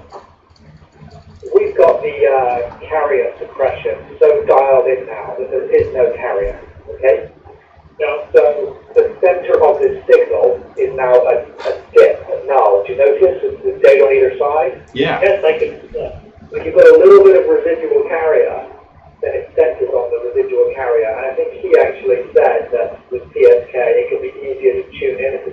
residual carrier. Yeah. And I wonder if we want a little bit of residual carrier left so that we can center on that. What I've seen, Chris, is that it's never perfect. There's always a little residual carrier unless you have strictly 101010. No, I agree with that. But if you look at the when the beacon comes again, you'll see it looks like there's almost a dip or a hole in the middle. Oh, absolutely, I can see that. Yeah. Yeah. And so it's tuning to one side, not from one side or the other, right? As though that's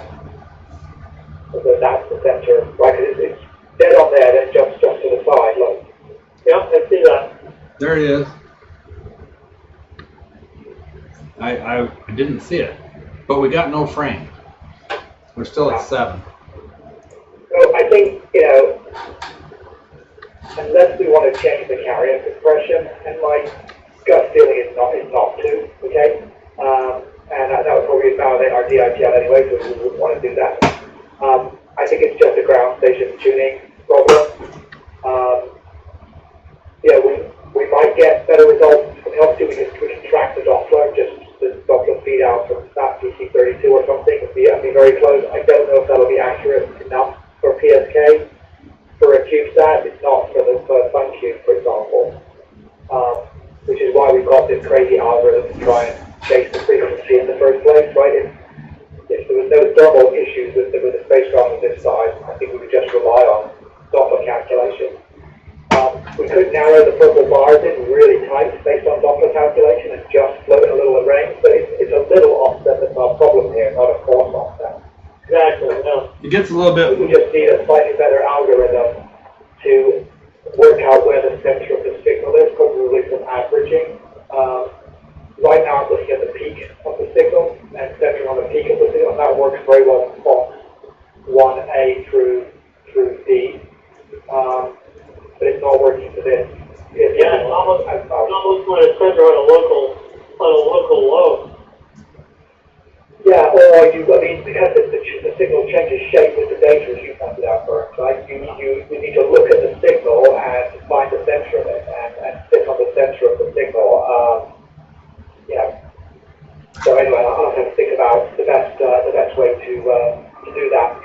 The alternative is to write the code that recovers the carrier back out of it a bit better and track the recovered carrier, which is a possibility for something. So there's some other ways to try and stay on frequency.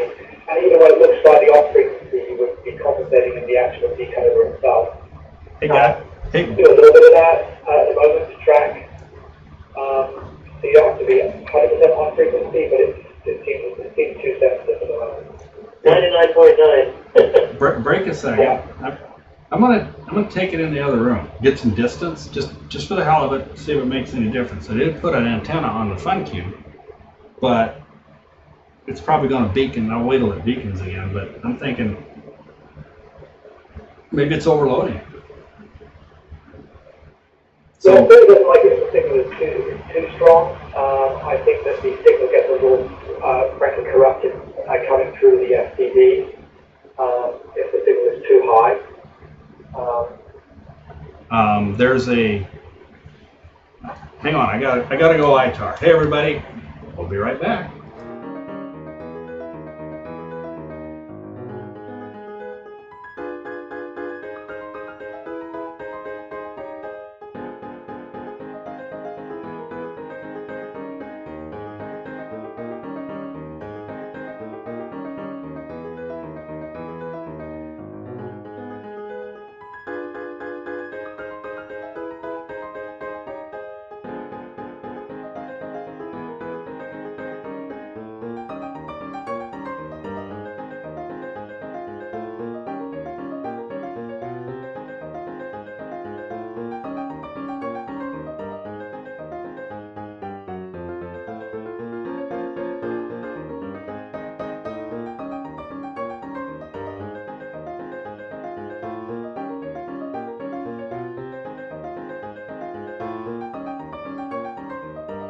I'm going to carry the desk to the other room. No, I'm going to pick up the Fox and run, sort of.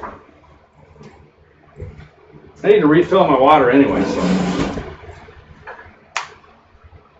I'm going to head out right now so that I don't miss another beacon. So I got 2 solar panel covers on it that make it reasonable. I'll be back in 4 minutes or something.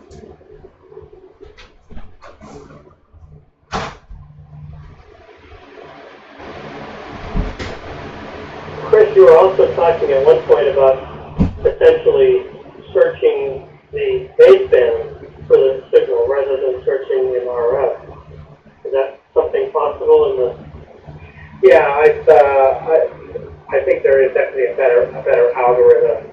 I just haven't had a chance to finish working out the best way to do that. Sure. But I think you're right. As long as we can convince ourselves it's the ground issue, we can, you can work on that. Yeah, exactly. And I do believe that we can change the, the balance, the barrier suppression balance stuff. We certainly can change all that without changing the actual software load. Got it. Yeah, that's fair. Yeah, maybe we have a conversation again with Douglas briefly, or at least an email conversation, just to confirm. It's more power efficient to have the carrier suppressed, really. Yeah. And too much carrier, we know, destroys the eye diagram, which is why I think it's better to have no carrier and there's a less strong signal. Oh, look at that. That's pretty good. No frame, right? No frame. No frame. So how does that work? We got a good bit SNR, but no frame. Yeah, great question. I don't know if he's got the log visible somewhere.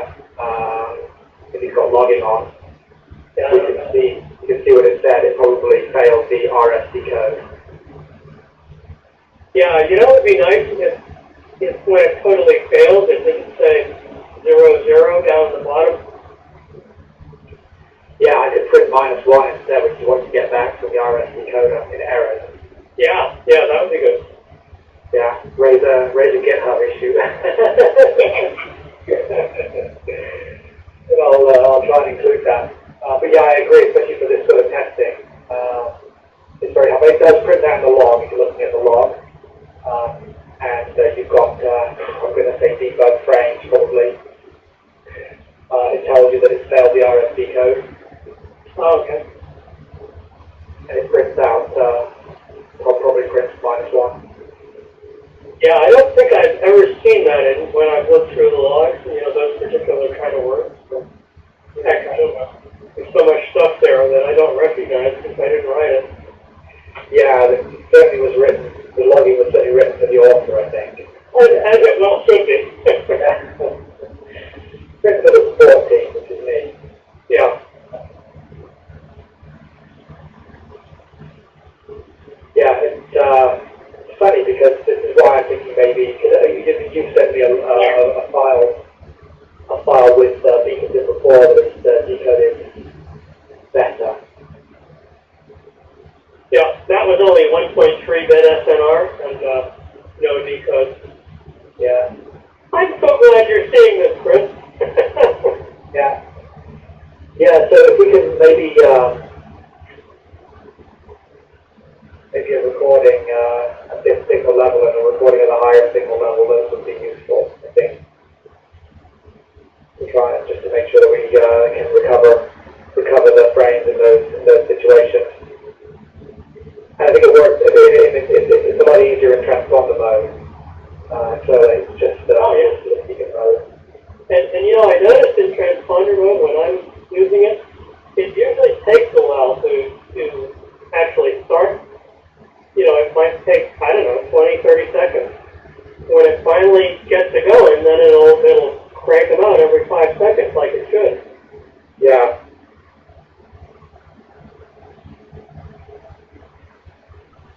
And that's fine for me. It's not so good for an overhead pass where you've only got a few minutes anyway. Yeah, that's right. That's right. Yeah.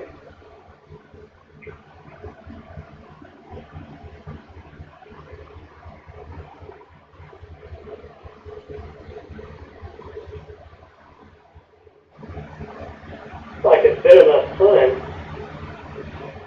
One check here would be as well, if, I mean, well, maybe Jerry just proved that a minute ago, if you turn off fine signal and so forth, and track Doppler, and just leave it on the right frequency, it should just decode, and that proves the tuning issue, but I think he just proved that, just as I was coming on, didn't he? Yes, he seems to be getting it okay then. Yeah, because in the lab here, with no Doppler, There we go.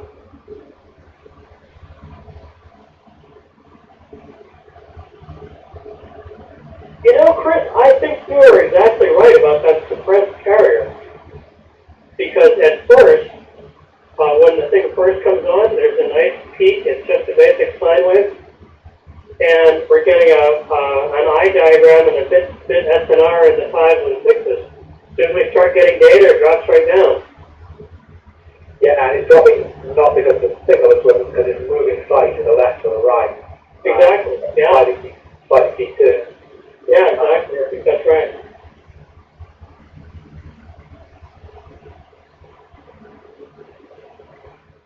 Okay, well, We can't, yeah. You get my saying? Well, I mean, we can change as you said. I'm loath to detune it too much.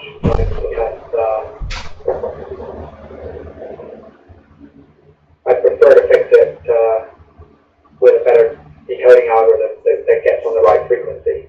sure, right. I want to talk to Douglas a little bit. Although I don't know whether we had a spacecraft before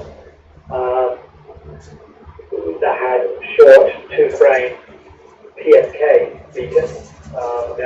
They tend to be longer streams of data, right? Yeah, I try to remember how AMSAT works.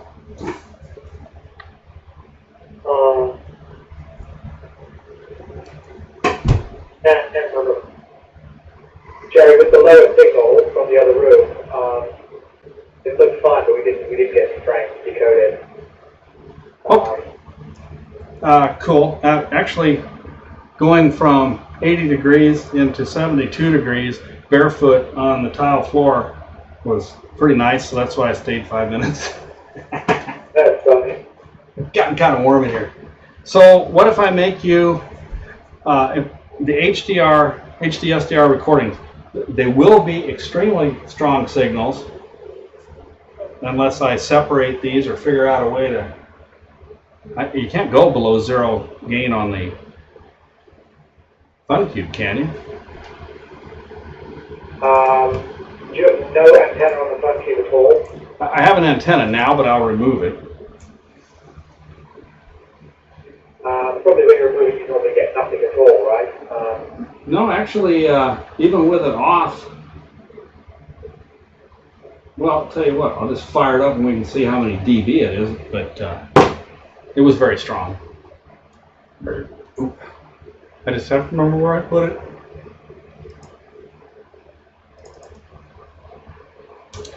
Let's see, bandwidth, I'll leave it at 192 is good, I guess. So, because yeah, you got your RF and IF gains, but I can't turn them down any more than they are. So there's no antenna on the FunCube, but I don't know how you can attenuate that unless they shorted the SMA connector or something. I don't know if it make any difference though. No, I mean, what I do, if you've got any of those SMA attenuators, I screw, 20 dB attenuator, 10 dB attenuator onto the SMA connector before I feed the signal through. So let me try that. I think I have one left from before, or maybe Eric sent. If I had sent it to him, he There's the sent signal. See, look how big the signal is. It's massive, right? Off the top of the scale. Yeah, and like I said, that's kind of the lowest I can get it without. Well, I could take the FunCube into my office, I guess, and run HDSDR from there.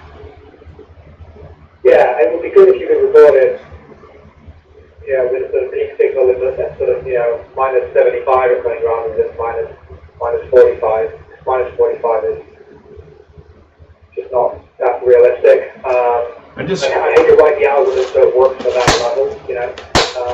Yeah, well, that's all right. I just screwed a wee attenuator on it, so we'll see if it happens to work, you know, do any good in here, and if it doesn't, I'll, we can. What's probably happening is it is completely bypassing the antenna and being received just in the front end through the plastic of the SPD. It doesn't have a metal case or anything. That's a good point. It's probably not coming through the antenna at all.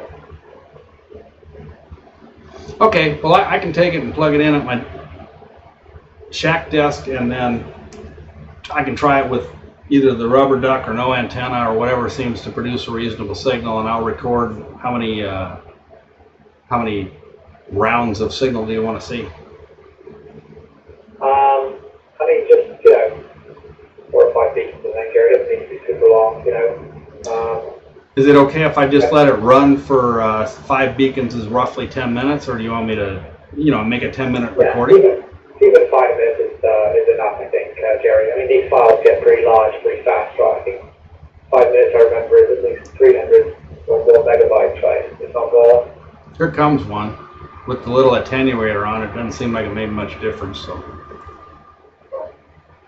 Yeah, that's what I'm saying. That's why I said it's forward just break through into the front end. Okay, well, no problem. I'll just hook it up to HDSDR in the shack and make some recordings, and I'll upload it to the FTP. And yeah, please. That sounds great for the share. I guess that's about all there is, huh? I will. I'll take a look at that. I mean, you might want to try just for your own satisfaction when you've got it in the other room. If you turn off track doppler and find signal and click on the right frequency, I mean, it should still decode, right? That proves that it's just a tuning issue. And assuming that's the case, then all we have to fix is the tuning, just a ground station problem. Yeah, okay. Look at that. Burns. Chris. Look at that real-time ABC voltage there. 4.12. Oh. Okay, never mind. I'm just stupid. Okay. It's true. I fired up an older version of Fox2Lem, not the 107. And so that was from the previous run. I just happened to notice it said reset 1. And I was thinking, how could it have gone from 3.79 to 4.12 because I walked in the other room and back. I was beginning to have a little uncomfortable feeling, you know. So anyway, here's what I'll guarantee for tonight. I'll record some HDSDR and I'll let Fox2Lem run and see if I get any numbers, but I don't know if I'll have time to pursue manual tuning with Fox2Lem and stuff. I can do that later. Well, I think you demonstrated just how it's coming on the call, Jerry, right? Where if you put it manually on the right frequency, it looked like it decoded. It appeared to be, yeah, it appeared to work better. I think we only got 1 or 2 beacons that way, but you know, yeah. Yeah, which is fine. I mean, in the lab we can do that, but that's not going to be the case as it's coming over the horizon clearly with Doppler and so forth. So we have to be able to cope with that. Yeah, that was something you mentioned earlier. You know, about the bars, the width of the tuning range.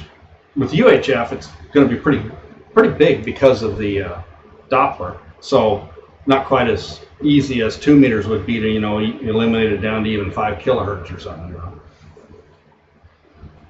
Yeah, exactly. And also for 2 meters and for 2 meters FM, with the beacon today, what Fox2Lem does, when the beacon drops, it just hangs out on the same frequency and waits for the next beacon. It doesn't try and do anything clever to try and move the frequency. And when the next beacon comes up, with FM, it's close enough, even with the Doppler, and it decodes it. That's not going to work with I got. too far away to decode the next beacon. So again, that needs a little bit of attention, and so either by following the Doppler as closely as we can, or if we don't want to too far off, I don't know, some more thought, faster algorithm that leads to the right frequency or something. I mean, just, there's a few things we can do. But we have created a reasonable technical challenge with a 2-frame PSK signal, right? It's UHF to sort of decode with Doppler. Yeah, and I got one thing to say that, you know, we can discuss later, or maybe it's not even relevant, but you mentioned that it'll stay on whatever frequency it last tuned. Unless that's a fairly recent change, mine always ran all over the damn place trying to find something in between passes, you know, essentially. So between passes it does, but what it does is got this concept of how long the gap should be between beacons. Oh, okay. So it hangs out for about 2 minutes, and if after 2 minutes it doesn't get anything, it thinks, you know what, maybe I missed the beacon, maybe I better start searching, and it jumps all over the place again. All right. But we have better performance for the FM satellite if it's just sat there on the same frequency and didn't get distracted maybe by RFI or QRN, other stuff that's going on in your environment. It's better off just hanging out there. Again, that's probably not going to work for PSK, so more engineering still needed. Yeah, so quick question to Burns. If we're operating transponder mode, is the beacon the telemetry continuous, or still just every 2 minutes? Continuous. Okay, so there's probably a pretty good chance that a large percentage of the time the telemetry is going to be on all the time, and then that helps, you know, eliminate that guessing or wandering in between beacons anyways. It does. Yeah, except that a station still has to cope with AOS. So Yeah, actually, tracking the beacon alone will be of the most interest / pain after deploy, because we're going to want to see that first signal, and if it doesn't lock very easily, it may be, you know, somebody may have heard it, but we won't know it. It's a short story, I guess, right? Yeah. That's right. And also, I think if we've got a problem and it goes into space or into ordinary space, that's when we're usually going to really want to make sure we get the telemetry. So. Okay. Y'all happy right now then? Yeah, if you send me some stuff that I can work on. Yeah, I guess talk a little bit to Douglas and just make sure that it's not a good idea just to have a little bit of residual carrier. And my gut feeling is we keep the carrier fully spread. We know that gives the best time diagram. We know that gives the best power usage. And then just a tuning problem, but we'll check back with him as well. Sounds cool. I will. I don't know. It'll be within the hour for sure. Okay, well, I'm going to be able to work on it within the hour because I'm actually having some progress today, Jerry, at a training center. Oh yeah. And I got to go to an event, but I'll put it a little bit tomorrow. That's cool. And I was just about to back down on that hour because of my slow internet upload speed. If it is a very big file, it might take longer. So it'll be there whenever you look. How's that? Sounds good. And your country broadband. Yeah. That's what I like about the streaming on Twitch, is because YouTube's IP would change rapidly and often, and with Twitch it stays within at least the last octet. And so what I can do is, with the route table, I can tell it to go to my cell. I don't know what you call it, router, right? And so I can split that off of our slow home internet and do it over my AT&T and get some good bandwidth out of it. So that's cool. Good, that's clever. Yeah, very good. So I'm going to wrap it up and shut it down and go plug the dongle in the other room and what have you. And Eric's got a meeting to hold. All right, sounds good. So All right, I'll chat soon. Okay. thanks, guys. And Burns, you can kill the meeting. I'm just going to say goodbye to Twitch here. All right. See you around. 10-4. Thanks. So, folks, we had a successful day in the life test. And if you've been hanging around for a little bit, you saw that we're looking at Fox Telem and its ability to lock onto the BPSK beacon so that we can get telemetry. Oops. I'm going to leave Fox sitting right here, but it's still running, and I will go to my office to try to capture some stuff for Chris, who's the author of Fox Telem, so he can work on that a bit. Next steps will be some scripted testings. We call them the flight model scripted test for essentially what happens everything after this. So it'll look at us commanding it into various modes and the responses of that and looking at the science and everything. So when we do those or any other stuff, I'll send out a tweet, and then you also get it on Twitch. If you follow me, you'll get a notification. And it can be random times. It's when we can get together. So I can't tell you it's going to be at 3 p.m. tomorrow or whatever. But if you want to tune in for some more testing, there you go. And if you would like to support AMSAT, you appreciated the video, and or both, you can make a donation to the PayPal account of Martha at AMSAT.org. That's Martha as in Martha Saragovitz, our admin. The only paid employee of AMSAT, works in the office in Kensington. And it's spelled Mike Alpha Romeo Tango Hotel Alpha, Martha at AMSAT Alpha Mike Sierra Alpha Tango.org. Any amount is appreciated. So kind of like subscribing to a Twitch channel. I can't do that until I really start cranking out the videos, I guess. The donations are what we're in it for. It's all volunteer. We're all ham radio operators, and we do this for fun. So thanks for tuning in.